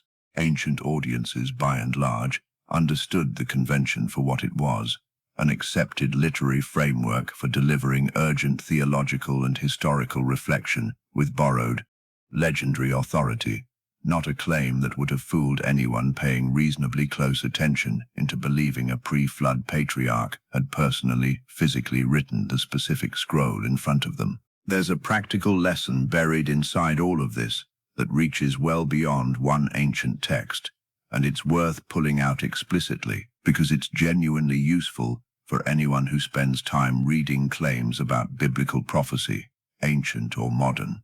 The single clearest signal that a prophecy was actually written after the events it describes is exactly the pattern this account has just walked through twice: suspicious, almost implausible precision about events up to a certain point, followed by a sudden collapse into vagueness, or into confident claims that turn out not to match what actually happened. It's a pattern worth watching for anywhere it shows up, not because every detailed prediction is automatically fraudulent, but because this specific shape, sharp accuracy, then a clean break, is exactly the fingerprint you'd expect an ex-adventure text to leave behind, whether it was written in the 2nd century BCE or is circulating on the internet this year. Genuine uncertainty about the future tends to look messy and hedged throughout, not crystal clear right up until a specific date and murky after it. This matters for how to read ancient apocalyptic texts responsibly, and it also matters, honestly, for how to evaluate a lot of the modern content that circulates under the banner of hidden Bible prophecy or ancient text predicts current events. A responsible approach to any claim like that, including, frankly, claims made in videos exactly like the one you're watching right now, involves asking the same basic questions a historian asks about the animal apocalypse. What, specifically, is the claim? Is the accurate part of the prediction actually accurate, checked against real, independent, verifiable sources, or is it being described in language vague enough to fit almost anything after the fact? And where, precisely, does the text stop being verifiably accurate and start requiring interpretive generosity to make the fit work, applying that same standard evenly to ancient texts and to modern prophecy claims alike? Isn't a way of dismissing this material as worthless. It's the only way to actually take it seriously as something more than entertainment. It's worth being honest, too, about where the genuinely disputed edges of this whole subject actually sit, because presenting every part of this as settled beyond question would be its own kind of dishonesty. The precise boundaries of the 70 shepherd numbering scheme, exactly which historical rulers correspond to which individual shepherds in the earlier stretches of the sequence, remain a matter of ongoing scholarly reconstruction and debate. Different specialists working through the same numbers arrive at slightly different correlations with the actual sequence of Persian and Hellenistic era governors and kings. The precise dating of the small textual layer Nicolsburg identifies as a possible later update tied to the Battle of Edessa is his own careful reconstruction, not something stated explicitly anywhere in the manuscript itself, a well-argued scholarly inference, not a discovered fact. And the broader question of whether Daniel's later chapters were composed during the Antiochene crisis, or whether the entire book genuinely originates centuries earlier, as its own narrative frame claims, remains a real, live disagreement between critical and traditional scholarship, not something this account is in a position to resolve, and it would be overstating the evidence to present it as fully settled in either direction. What is on considerably firmer ground, supported directly by the animal apocalypse's own text, cross-checked against the independently documented history of the Maccabean revolt in 1 and 2 Maccabees, and reflected in the near consensus of specialists who've spent careers on this specific document, is the core claim this entire account has been built around, that the vision's historical accuracy runs cleanly through the early successes of Judas Maccabeus' uprising, and that everything after that point departs from documented history into unfulfilled cosmic prediction. That's the load-bearing fact, and it's the one worth trusting. There's one more piece worth connecting before pulling all of this together, because it ties the animal apocalypse back to the larger book it belongs to, and to a story that shaped much of how this text's original audience would have understood the crisis they were living through in the first place. Earlier in 1 Enoch, in the section scholars call the Book of the Watchers, running roughly from chapter 1 through chapter 36, the book tells a very different-looking but thematically related story. 200 heavenly beings, called Watchers, descend to Earth, take human wives in direct violation of the boundary they were meant to keep, and father a race of giant offspring whose violence and forbidden teaching corrupt the entire Earth, ultimately triggering the flood as the only remedy severe enough to cleanse it. Their leader swears a binding oath on the summit of a specific mountain the text names as Hermon, and a chief figure among them, Azazel, is singled out for particularly severe punishment, bound and cast into darkness to await a final day of judgment still to come. The animal apocalypse tells this same story again, compressed into a handful of verses near its own beginning, using its zoomorphic code. Stars falling from heaven and transforming into bulls that mate with cows, producing monstrous hybrid offspring, followed by the singling out and binding of one particular chief star, in a way scholars reading the two texts together identify as the same Azazel from the earlier Watcher's narrative. It's not a coincidental echo. It's the same author, or the same believing community at minimum, revisiting the same founding trauma from two different symbolic angles within a single larger book, and then, at the animal apocalypse's own climax, the same climactic scene that promises cosmic judgment following the horned sheep's rise. That thread from centuries earlier in the book's internal chronology finally resolves. The fallen stars, the Watchers, are gathered and cast into the fiery abyss. The chief star, Azazel, receives his long-promised final judgment. It's a genuinely elegant piece of literary and theological architecture, whatever else you make of the theology itself. A book that opens with an ancient act of cosmic rebellion left formally unresolved. Bound, awaiting a day of judgment, the earlier text explicitly says hasn't yet arrived, and closes, chapters and centuries of internal narrative time later, with that same rebellion finally fully judged, in the very same breath as the promised vindication of a persecuted community fighting for its survival in the 2nd century BCE. That structural choice tells you something important about how this ancient community understood their own present-day suffering under Antiochus IV. It wasn't a new, isolated problem, disconnected from everything that came before it. It was understood as the latest chapter in a single, unbroken story of corruption and rebellion against divine order that stretched all the way back to before the flood. And if the earliest chapter of that story, the Watcher's rebellion, was destined for eventual judgment, then the current chapter, the Seleucid persecution and the desecration of the temple, could be trusted to be heading toward the same kind of resolution, folded into the very same final reckoning. Whether or not you find that theology persuasive, it's worth appreciating as a genuinely sophisticated piece of literary construction, built by someone under enormous real-world pressure, working with inherited material stretching back centuries, to produce a unified narrative capable of holding both cosmic-scale rebellion and immediate personal, documented political persecution inside a single coherent story, one designed to convince a frightened, persecuted community that their suffering, however severe, was neither meaningless nor permanent. There's one more application worth making explicit, because it's probably the question sitting underneath everything else for anyone who came to this account already interested in biblical prophecy specifically. What does any of this mean for the New Testament's own apocalyptic material, for the Book of Revelation, and for the end times discourse Jesus himself is recorded giving in Matthew, Mark, and Luke? It's important to be precise here, because the honest answer is more nuanced than either none of this applies or it's all the same thing. Revelation and the Gospel end times discourse are not ex-eventure texts in the specific, demonstrable sense the animal apocalypse and Daniel 11 are.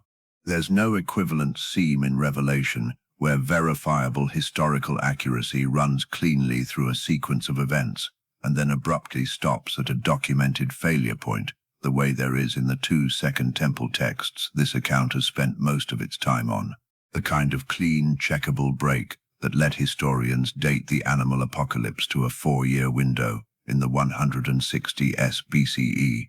Revelation's imagery is famously, deliberately resistant to that kind of precise historical decoding, which is exactly why sincere, careful, textually serious interpreters across nearly 2,000 years of church history have disagreed, often sharply, about what its symbols refer to, whether primarily to events in the Roman Empire of the author's own late 1st century lifetime, to a symbolic, non-linear description of the entire church age, or to specific, still future events yet to unfold.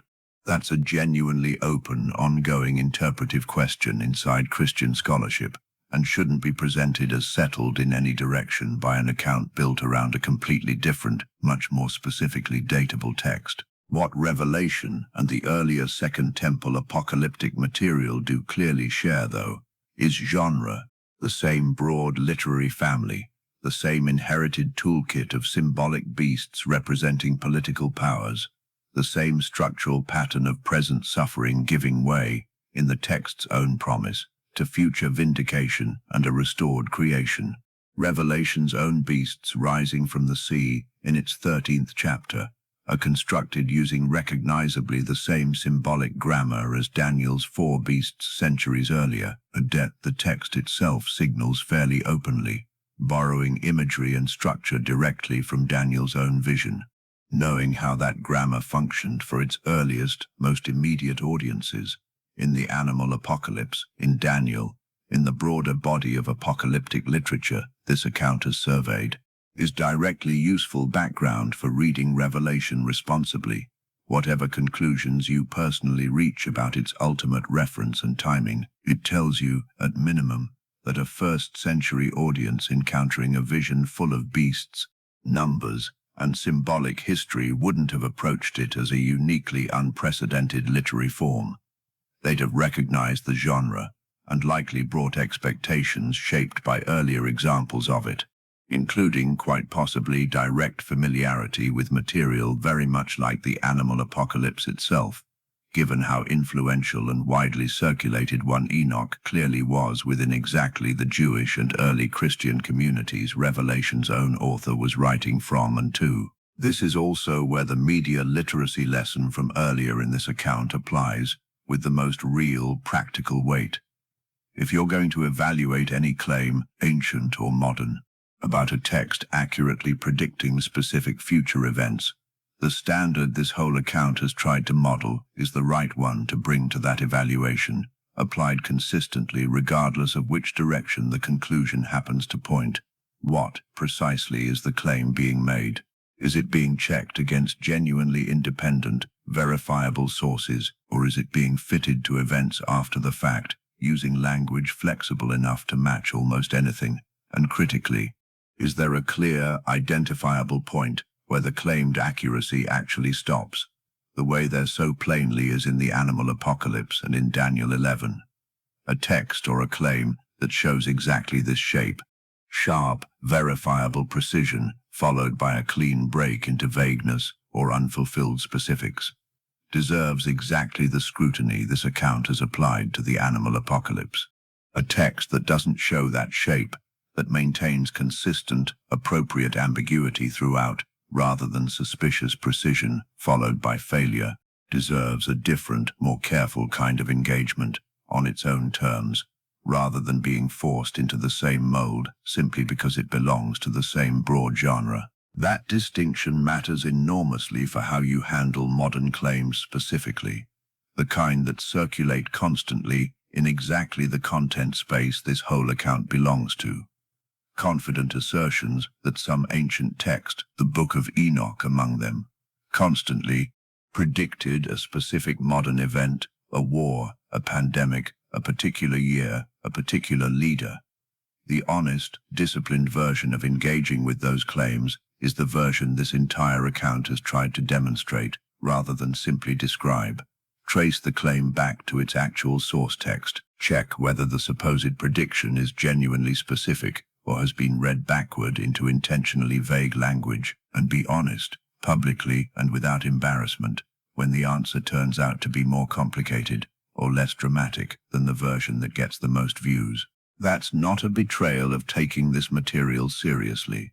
It's the only way to actually take it seriously, rather than simply using it as raw material for content that doesn't hold up under its own weight. There's a second mystery running alongside the one this account has spent most of its time on. Not about what the text predicts, but about how it survived at all.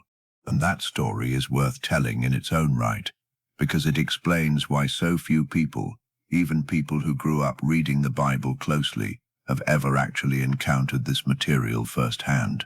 For roughly 1,000 years, from somewhere in the early centuries of the Christian era until the late 18th century, the complete text of 1 Enoch was, for all practical purposes, lost to the communities that eventually became mainstream Western Judaism and Christianity. It didn't vanish because it was actively hunted down and destroyed in some coordinated purge.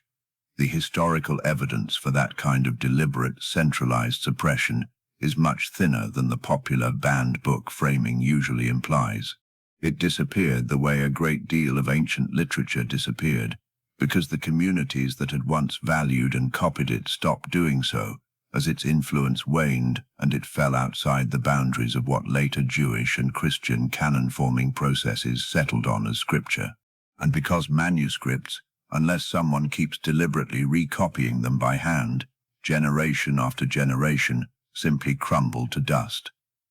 Early church writers in the first few centuries after Christ, Justin Martyr, Irenaeus, Tertullian, Origen, Clement of Alexandria among them, quote or reference the book, generally the material from its opening chapters, describing the Watchers, showing it was still being read and taken seriously in parts of the early Christian world for at least a couple of centuries. But as the boundaries of the biblical canon solidified across the 4th and 5th centuries, in both Jewish and the major Christian traditions, the book fell outside those boundaries almost everywhere, and outside the community that continued treating it as canonical, it simply stopped being copied, except in one place. The Ethiopian Orthodox Tewahedo Church, along with its sister church in Eritrea, never stopped. Whatever process led every other major branch of Christianity to exclude 1 Enoch from its scripture, the Ethiopian tradition preserved the complete text, in the Ge'ez language, as living, continuously copied scripture, straight through the centuries when it had effectively vanished everywhere else.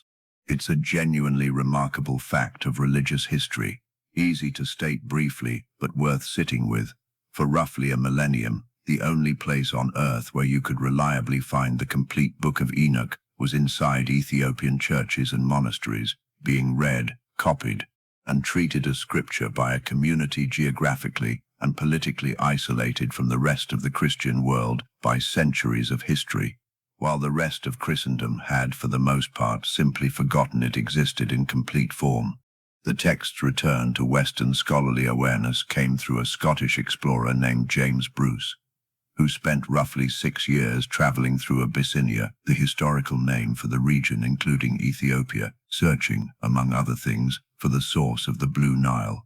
In 1773, Bruce returned to Europe, carrying 3 separate Ge'ez manuscripts of the complete Book of Enoch, having acquired them during his travels. Those 3 manuscripts are the direct ancestors of essentially every serious Western study of the complete text that followed. One is preserved today in Oxford's Bodleian Library. Another went to the Royal Library of France. For close to 50 years after Bruce brought them back, though, the manuscript sat largely unexamined by Western scholars until 1821, when Richard Lawrence, a professor of Hebrew at Oxford, produced the first English translation, working from the Bodleian manuscript. Lawrence's translation opened the text up to a wave of 19th-century European scholarship. A German scholar named August Dillmann produced an influential translation and commentary in the early 1850s that for decades functioned as the standard scholarly reference.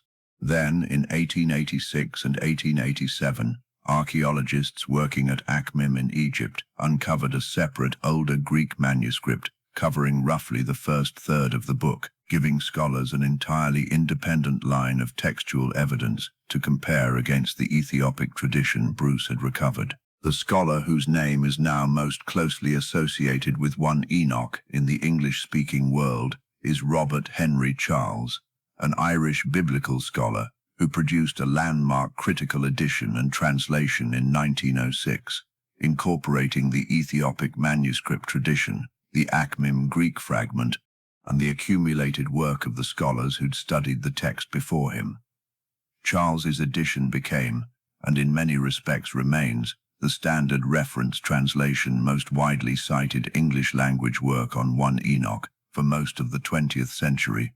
It's the translation lineage underlying many of the public domain English versions still circulating freely online and in print today. including most of the versions easily findable through archive.org.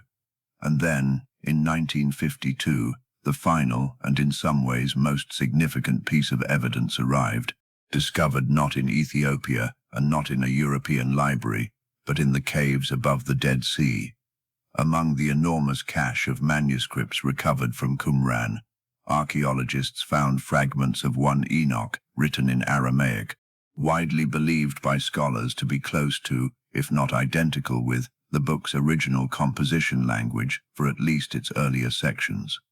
These fragments are fragmentary, covering a relatively small overall percentage of the full Ethiopic text that survived through the Ethiopian tradition, but their significance for the argument at the center of this whole account is enormous, because they're independently physically datable through paleography to a period well before the Christian era, physical, tangible proof that this material, or at least substantial portions of it, was already circulating, being copied, and clearly being treated as valuable and worth preserving by a Jewish community living in the same general era as, or shortly after, the Maccabean crisis the animal apocalypse itself describes.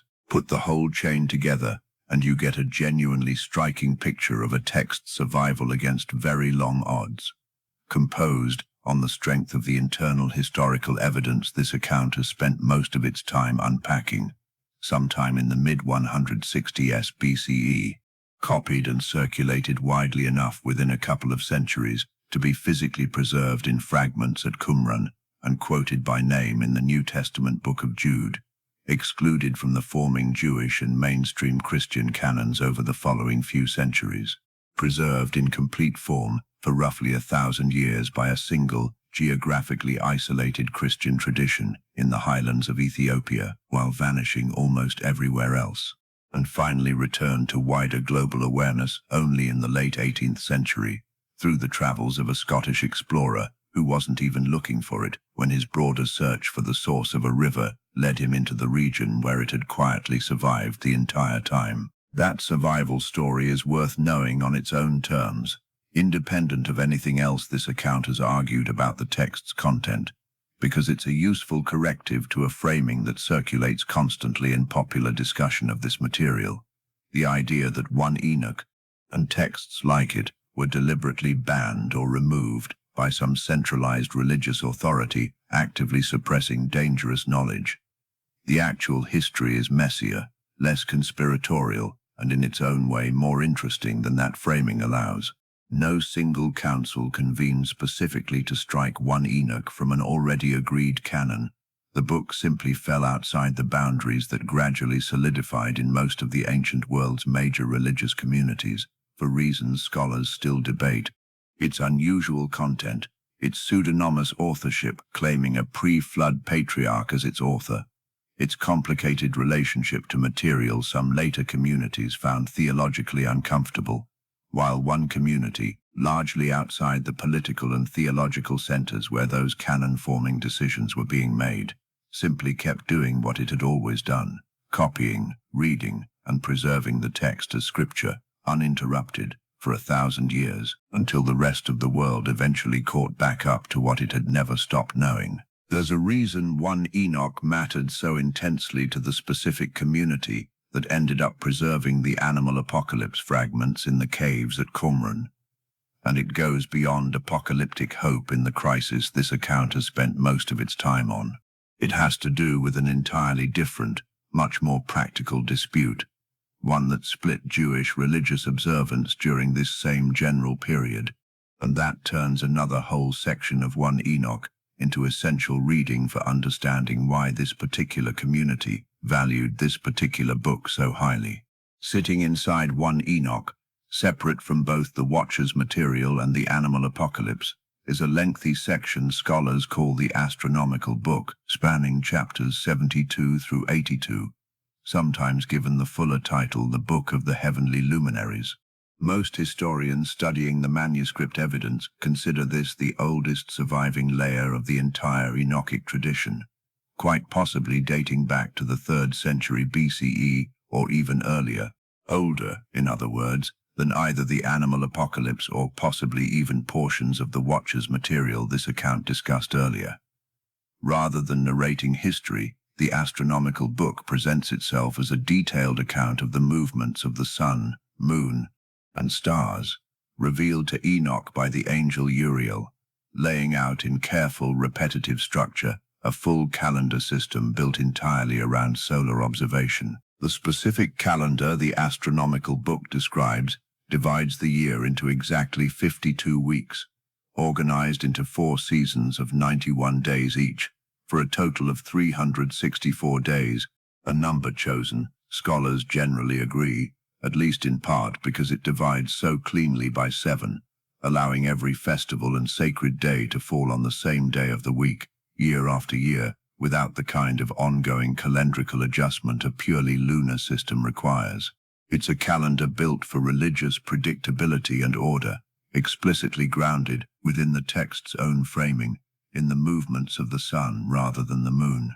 This mattered enormously because it put the astronomical book's proposed calendar directly at odds with the lunar-based calendar system used by the priestly establishment controlling the Jerusalem temple during this same general period, a genuine, documented, and at times bitter dispute within Second Temple Judaism over which calendar correctly governed the timing of Sabbaths and festivals, a question with real, practical religious consequences, since getting the calendar wrong meant, from a strict observance standpoint, either violating or missing entirely the sacred days a community believed itself commanded to keep. The Qumran community, based on the evidence of their own extensive surviving sectarian writings, aligned themselves firmly with the solar calendar tradition the astronomical book represents, in direct and deliberate opposition to the lunar calendar observed by the priestly establishment in Jerusalem.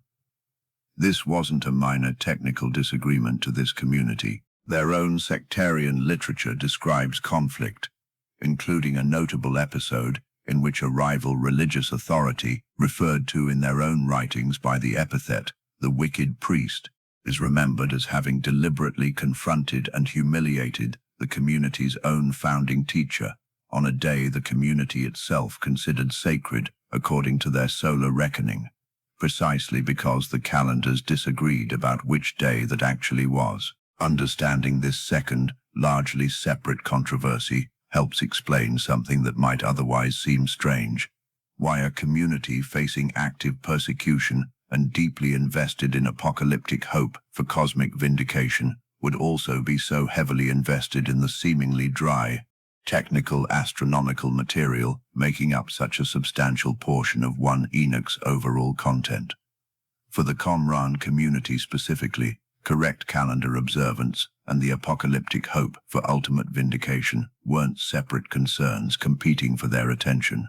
They were part of a single, unified worldview, living correctly, in precise accordance with what they believed was the true, divinely revealed order of the cosmos, an order the astronomical book claimed to reveal directly through Enoch's angelic instruction, was understood as inseparable from remaining faithful during the crisis, positioning the community properly for the vindication the rest of 1 Enoch's material, including the animal apocalypse's failed but earnestly hoped for cosmic intervention, promised was still coming. Getting the calendar right wasn't a side interest alongside their apocalyptic expectation. In their own understanding, it was part of the same discipline of faithfulness the whole book, in all its different sections, was calling them toward. It's a detail worth including in any complete account of why this strange, composite book, a flood vision here, an astronomical treatise there, a sweeping animal-coded history of the world elsewhere, held together as a single, valued, repeatedly copied collection for the specific community whose preserved fragments make so much of this account possible in the first place. 1 Enoch wasn't, for them, a loose anthology of unrelated curiosities. It was a unified body of revealed knowledge, spanning the movement of the stars and the movement of history alike, held together by the conviction that both were governed by the same divine order and that faithfully tracking one was inseparable from faithfully trusting the other. It's worth finishing the actual historical story, because the real ending, as opposed to the one the animal apocalypse promised, turns out to be almost more compelling than the cosmic version, precisely because of how ordinary, hard-won, and human scale it actually was. After Judas Maccabeus fell at the Battle of Elasso in April of 160 BCE, leadership of the resistance passed to his brother Jonathan, who led the movement for the next 17 years through a complicated mix of continued military engagement and increasingly sophisticated political maneuvering, playing rival claimants to the Seleucid throne against one another to extract concessions for the Judean cause. In 152 BCE, in a move that would have been unthinkable to the movement's original rural priestly founders less than 2 decades earlier, Jonathan was recognized as high priest, formally uniting religious and political leadership of the resistance in a single office, and setting the precedent that every one of his Hasmonean successors would follow. Jonathan was eventually captured through treachery by a rival Seleucid general and executed in 143 BCE, and leadership passed to the last of Mattathias's sons, still living, Simon. It's Simon, not Judas, who scholars generally credit with actually achieving what the earlier fighting had been aiming toward the whole time: real, formal, internationally recognized political independence. In 142 or 141 BCE, Simon secured Seleucid recognition of Judean autonomy, expelled the last remaining Seleucid garrison from the citadel overlooking the Jerusalem temple, a foreign military presence that had stood, humiliatingly, at the heart of Jewish religious life for decades, and was granted hereditary authority as high priest, military commander, and civil ruler, a threefold office that would pass down through his descendants. This moment, not the death of Antiochus IV, not Judas's early victories, not the rededication of the temple in 164 BCE, is the point most historians identify as the true founding of genuine Hasmonean political independence, arriving roughly 25 years after Judas first raised the horn the animal apocalypse describes, achieved through the patient, unglamorous work of 2 more of Mattathias's sons, after Judas himself was already dead on a battlefield. The dynasty Simon founded went on to have real, substantial success by any ordinary historical measure. His grandson, John Hyrcanus, expanded Judean territory significantly after the collapse of Seleucid power in the region, eventually controlling a kingdom comparable in extent to the biblical united monarchy under David and Solomon, the very kings the animal apocalypse itself had commemorated centuries earlier in its own retelling of Israel's history.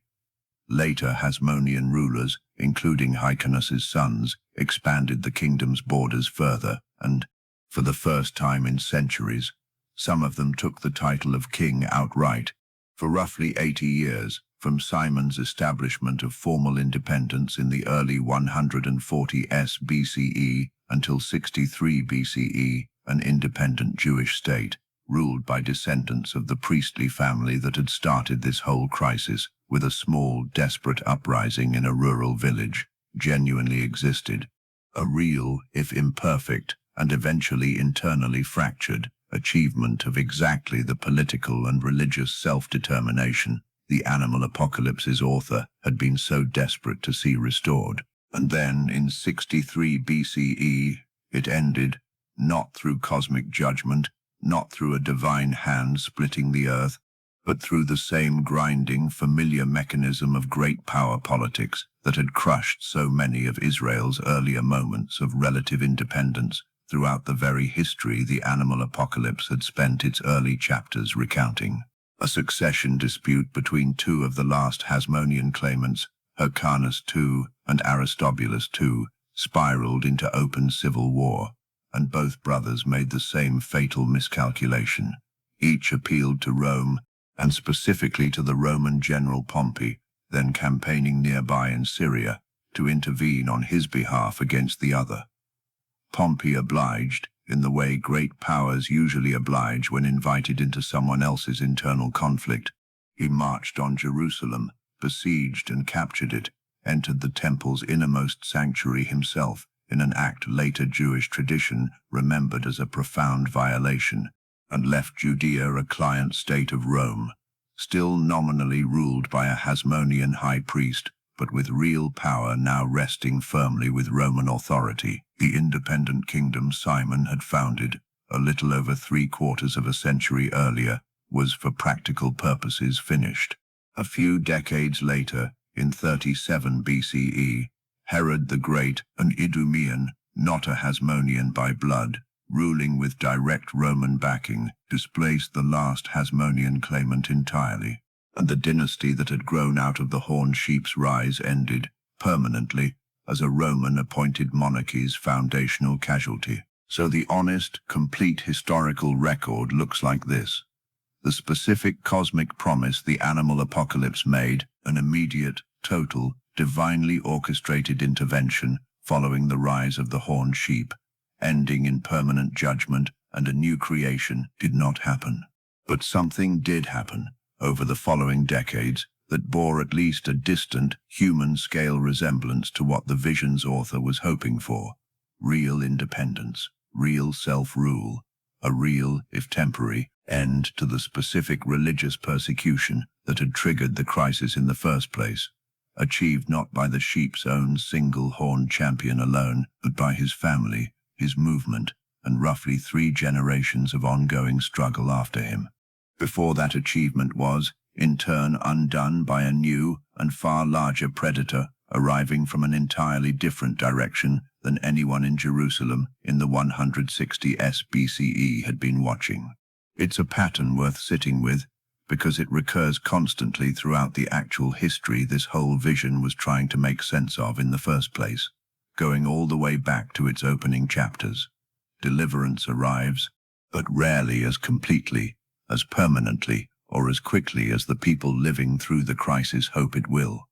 The Exodus led to the wilderness, not directly to the promised land. The judges delivered Israel again and again, but each deliverance eventually gave way to renewed danger. The return from Babylonian exile rebuilt the temple, but under Persian, then Hellenistic, then eventually Roman overlordship, not under full political independence. And the Maccabean revolt, for all its genuine, hard-won, historically verified success, produced roughly 80 years of independence before a larger empire absorbed the region again. If there's a lesson embedded in that repeating shape, one the animal apocalypse's original author almost certainly wasn't consciously intending, since he was writing in the middle of the crisis with genuine hope for something more final and complete. It's that the actual historical pattern underneath Israel's story looks less like a single dramatic reversal and more like a long, uneven, repeatedly interrupted process. Real gains, real losses, real periods of relative peace bought at real cost, and no single moment where the story simply, permanently resolves. It's worth returning, briefly, to the human reality underneath all of this literary and historical analysis, because it's easy, working through dating methods and symbolic codes, to lose sight of what this text was actually responding to. The Book of 2 Maccabees, an ancient historical work, itself shaped by its own theological and rhetorical purposes rather than a neutral modern chronicle, but a genuine ancient source nonetheless, describing the same crisis the animal apocalypse responds to, preserves an account, in its 7th chapter, of 7 brothers and their mother arrested and pressured, one by one, in front of each other, to violate Jewish dietary law by eating pork, under threat of torture and execution if they refused. According to the account, each brother refused in turn, and each was killed, while his surviving siblings and mother watched, before the youngest and finally the mother herself faced the same choice and made the same refusal. Whatever you make of the literary shaping evident in how the account is told, and ancient historical writing regularly used this kind of structured, dramatized martyrdom narrative to make a theological point, not simply to record a transcript. The underlying reality it's responding to was real. Religious coercion, backed by the threat and the actual practice of state violence, aimed at forcing Jewish communities to abandon core religious practices under a foreign occupying power. This is the world the animal apocalypse's author was writing inside of. Not an abstract, theoretical crisis of faith, but a lived reality in which faithfulness to the covenant could genuinely cost a person's life, and in which entire families were being asked to weigh their religious identity against literal survival. Understanding that context doesn't change the historical argument this account has made about where the text's accuracy breaks down, but it should change how you feel about why the break happens where it does. Why an author capable of such careful, disciplined historical accuracy across 89 chapters would, at the exact moment real relief finally seemed to be arriving, let go of that discipline and reach instead for the most complete, most total, most immediate vindication imaginable.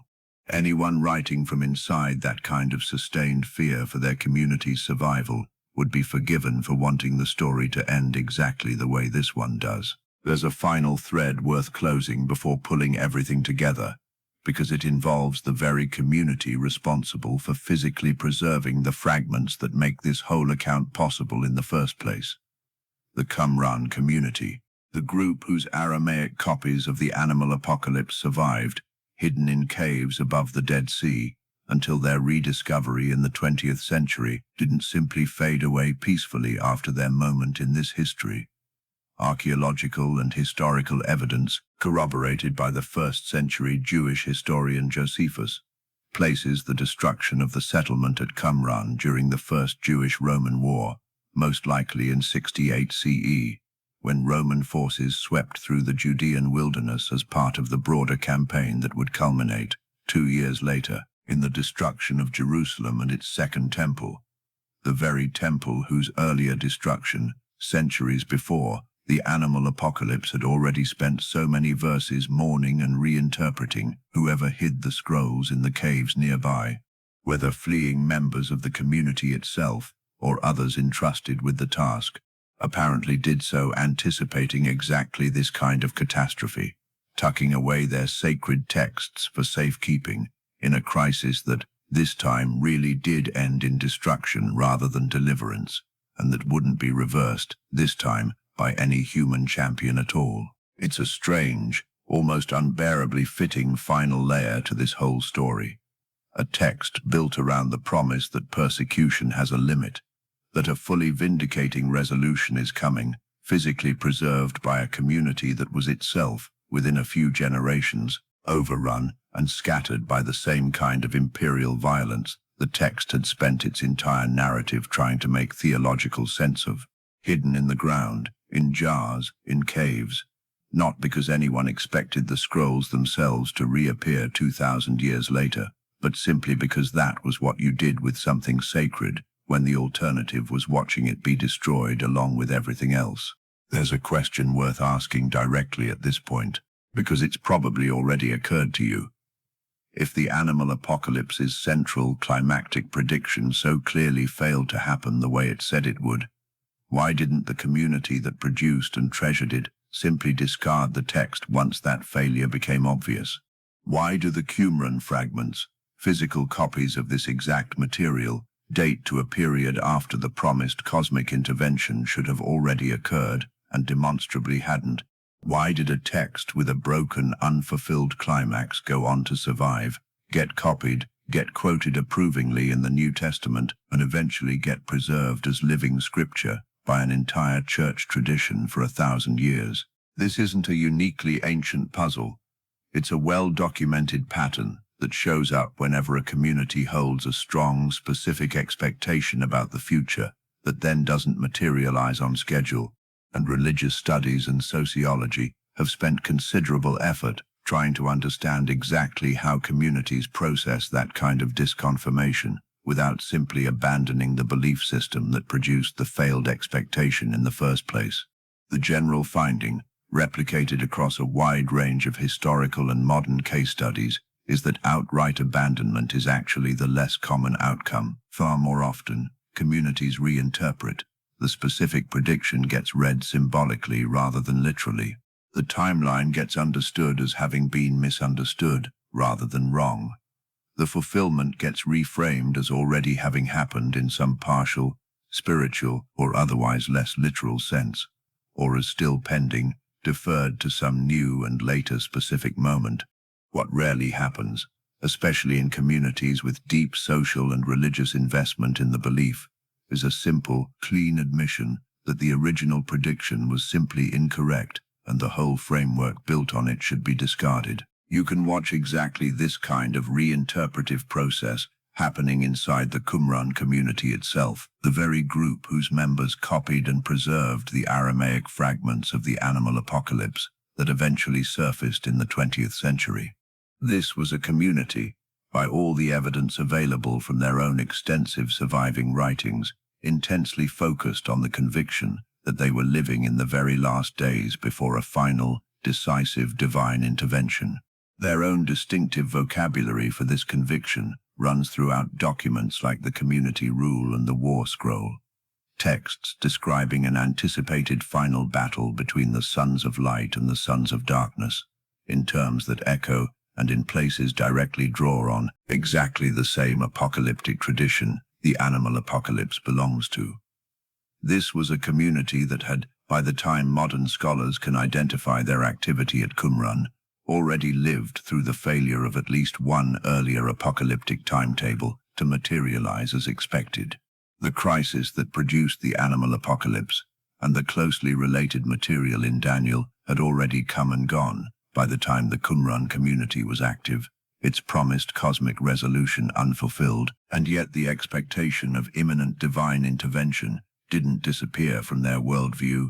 It persisted, was reinterpreted, was recalculated, and was projected forward onto a new anticipated timeline, using much of the same inherited symbolic vocabulary the earlier unfulfilled version had used. This pattern isn't a flaw unique to this one religious tradition, and it isn't evidence of gullibility on the part of the people involved.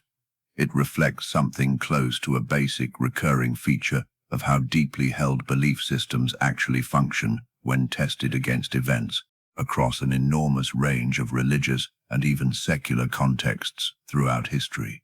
A framework of belief rarely survives entirely intact through a failed prediction, but it also rarely simply vanishes. It adapts, the way any living tradition adapts, carrying forward the parts that still feel true and meaningful, the underlying conviction that history has a moral shape, that suffering under persecution is not permanent, that faithfulness will ultimately be vindicated, while quietly setting aside or reinterpreting the specific, dated mechanics that didn't pan out as described. That's worth understanding as a matter of basic intellectual honesty about how religious and prophetic literature actually works and actually gets used by real communities across history, distinct from any judgment about whether that process is admirable, concerning, or simply human. It also explains something that might otherwise seem strange: why a text that so demonstrably, checkably failed to predict what actually happened next in 160 BCE went on to be quoted approvingly, decades later, in a New Testament letter whose author clearly wasn't reading it as a discredited or embarrassing failure. Jude doesn't quote 1 Enoch apologetically, or with any visible awareness that one of its central visions had promised something that hadn't come to pass on schedule. He quotes it the way you'd quote a source you consider carries real authority, because by his own time, within his own community, the specific failed timeline of the animal apocalypse's ending had likely already been folded into a much larger, ongoing conversation about when and how the ultimate vindication it described would actually arrive, a conversation that, within the broader arc of the New Testament's own eschatology, was still actively unfolding. There's a reason this story is worth more than 2,000 years of distance and a purely academic interest in ancient dating methods, and it's worth naming directly before pulling everything together.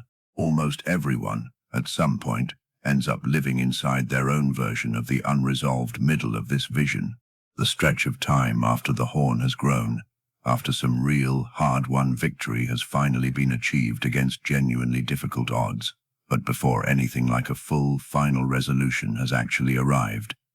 You know the shape of it even if you've never thought about it in these terms: a health crisis that gets a hopeful diagnosis, but not a clean, total recovery. A difficult season at work that finally turns a corner, but doesn't resolve into permanent security.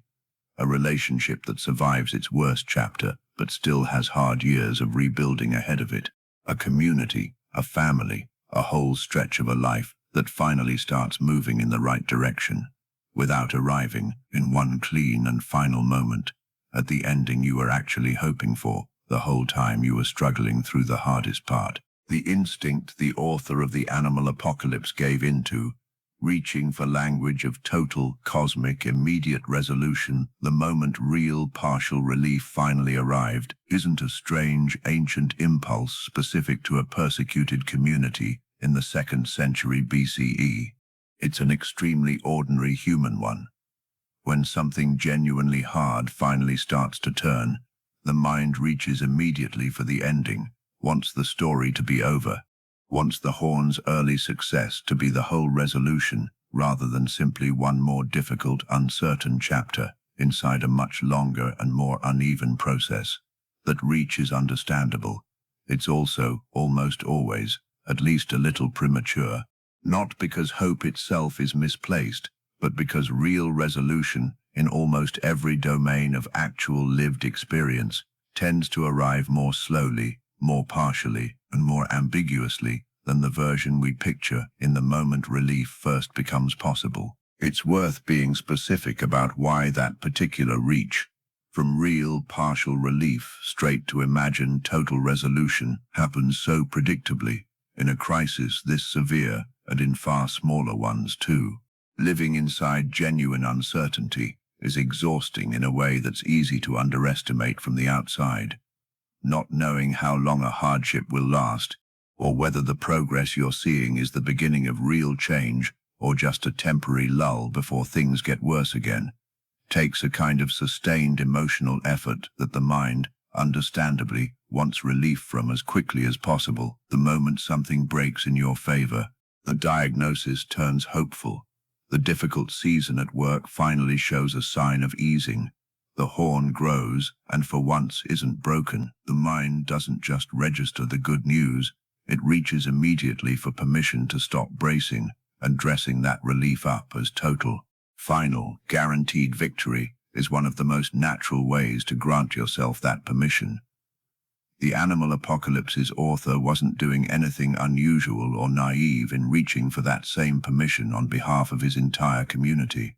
He was doing something almost anyone under comparable pressure would recognize in themselves. What the honest version of this story, the version this account has tried to tell, rather than the simpler, ancient text predicted the future version, actually offers isn't a debunking of hope itself. It's something closer to a corrected expectation about what hope, historically and realistically, tends to look like when you trace it all the way through to its actual outcome, instead of stopping at the moment it feels most vivid.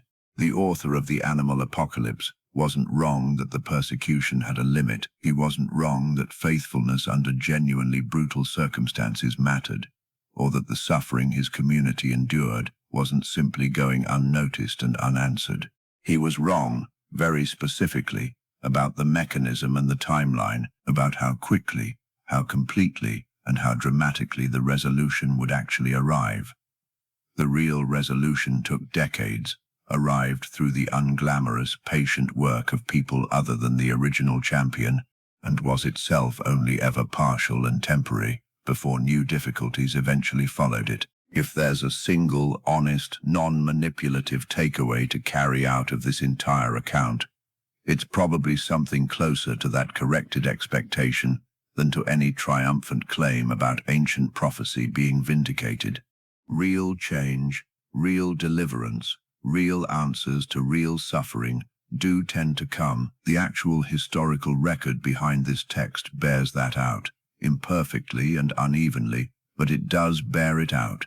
They just rarely come as suddenly, as completely, or on as clean a timeline as the moment of first relief makes you want to believe they will. The horn growing is real. The birds of prey failing to break it is real. What comes after that moment is usually longer, harder, and more human scale than anyone standing in that first moment of relief is inclined to hope for. And understanding that, rather than being a disappointment, might actually be one of the more genuinely useful and durable pieces of wisdom this strange, ancient, animal-costumed vision of history has to offer a reader living through their own unresolved middle more than 2,000 years later.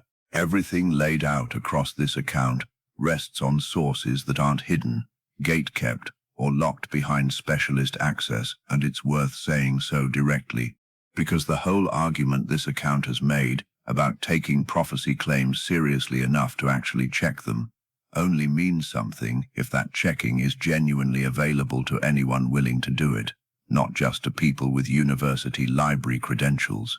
The complete English translation of 1 Enoch that much of this account has drawn on, R.H. Charles's 1906 and 1917 editions, is in the public domain and freely available in full through archive.org, the same digital archive preserving countless other out-of-print historical and religious texts, meaning the entire animal apocalypse, chapters 85 through 90, the full flood vision in chapters 83 and 84, and the astronomical book's calendar material in chapters 72 through 82 can be read start to finish by anyone with an internet connection at no cost, without needing to take this account's summary of any of it on faith.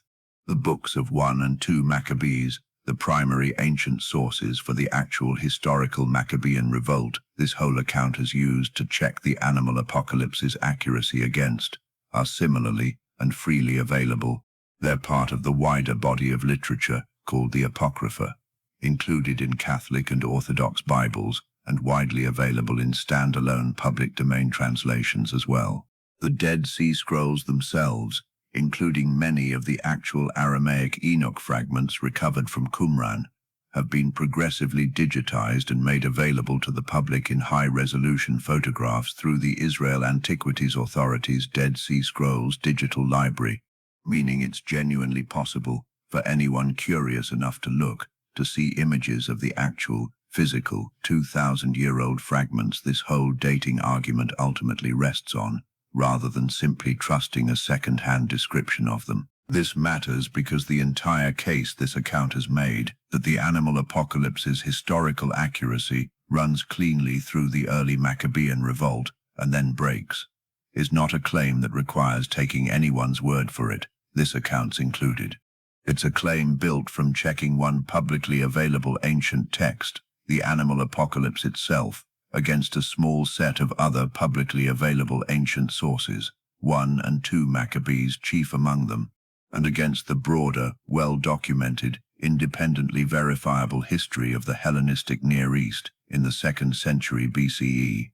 Anyone with enough patience to sit down with Charles's translation and a copy of 1 Maccabees can trace the same argument this account has made, verse by verse, and reach essentially the same conclusion the standard academic commentaries reach, because the evidence isn't proprietary, isn't controlled by any single institution or tradition with an interest in the outcome, and isn't dependent on specialized training to access, even if specialized training genuinely helps in reconstructing the finer details of the 70 shepherd numbering scheme or the precise Aramaic wordplay underlying particular verses. That kind of open, checkable evidence is exactly the standard this whole account has tried to model, rather than simply assert, and it's worth ending on that note explicitly, not as a claim to special authority, but as an invitation to skepticism of the healthiest kind, the kind that actually goes and checks, rather than the kind that simply distrusts everything equally without doing the work either way. The Book of Enoch doesn't need exaggerated claims about supernatural prediction to be worth taking seriously. What it actually contains, read honestly and checked against the sources available to verify it, is remarkable enough on its own terms. Walk back through everything this account has actually established, piece by piece, before landing on what it all adds up to. A composite ancient book, preserved almost by accident through a single isolated church tradition for 1,000 years. A 6-chapter vision inside that book, encoding the whole of biblical history in animal costume, built on a symbolic system tied directly to the purity categories of Jewish law. A specific identifiable seam inside that vision, where 2 millennia of checkable historical accuracy gives way, at one precise and datable moment, to a cosmic promise that never came true. A dating method, vaticinium ex eventu, independently attested across more than 1,000 years of ancient Near Eastern literature, that turns that seam into one of the more precise composition dates available for any anonymous work of this period. A real war, a real horn, a real horned leader who really did die on a real battlefield rather than presiding over the end of history. A real, if smaller and slower, vindication that arrived anyway, decades later, through people other than the one the vision had centered. And a real physical trail of evidence, manuscripts, fragments, an entire preserved tradition that lets anyone curious enough go check every part of that argument for themselves, without needing to trust a single storyteller's word for any of it. So here, gathered together, is the full, honest shape of what this scroll actually does and doesn't tell you. It does not contain a genuine, supernatural prediction of a war fought more than 2,000 years before it was written. What it contains is something arguably more remarkable once you actually understand it correctly. A document composed by someone living through one of the most severe religious persecutions in the entire history of Second Temple Judaism, who took the full sweep of his people's inherited history, real events, real trauma, real deliverance, stretching from a flood story at the dawn of the world down to a war he was watching unfold in real time around him, and folded all of it into a single, unified, symbolically coded narrative, precise enough in its historical detail that scholars 2,000 years later can use its own internal seams to date its composition to a window of at most 4 years, and quite possibly closer to a single year in the middle of an active war. That precision is the real discovery here, and it's worth sitting with on its own terms, rather than as a disappointing downgrade from the more dramatic ancient prophecy framing. An anonymous document, written under enormous pressure by an author whose name we don't know and never will, has survived well enough and been studied carefully enough that historians can point to almost the exact months of its composition, not because the author left a date, but because he told the truth about everything up to a certain point, and then, in the most human way imaginable, let hope get ahead of what actually turned out to be true. The horn grew, the birds of prey couldn't break it. That much, checked against every independent source available, holds up completely. What came after, the earth splitting, the immediate judgment, the descending New Jerusalem, didn't happen in 164 BCE, or in 160 BCE, or at any point in the real, documented history that followed. What did happen, slowly, imperfectly, through the ordinary work of people who came after the horned sheep himself was already gone, was something smaller, harder won, and in its own way more remarkable for being real. Roughly 80 years of a genuinely independent Jewish state, built by a family that started as rural resistors against an empire, before a new and much larger empire eventually absorbed it, the same way empires had absorbed Israel's independence again and again across the entire history this vision had spent its first 89 chapters recounting. Whatever you make of the theology this text is built on, it's worth ending on the honest version of what it actually accomplished, because the honest version is genuinely impressive on its own terms. A community facing what felt, from the inside, like the possible extinction of their entire religious identity, produced a piece of literature sophisticated enough to still be studied, argued over, and taken seriously by historians and scholars more than 22 centuries later. Not because it correctly predicted the future, but because it did something arguably harder and more valuable. It gave a frightened, persecuted community a way to keep believing their suffering had meaning, right in the middle of not yet knowing how their story was going to end. If this is the first time you've heard the actual dating argument behind the Book of Enoch's animal-coded history, the seam between real war and unfulfilled prophecy that lets historians pin this text down almost to the year, say so in the comments. And if you know someone who's ever repeated the ancient text predicted this event version of a story like this one without knowing the more complicated, more honest version sitting underneath it, send them this. The real story, it turns out, didn't need the exaggeration. It was already strange enough and true enough on its own.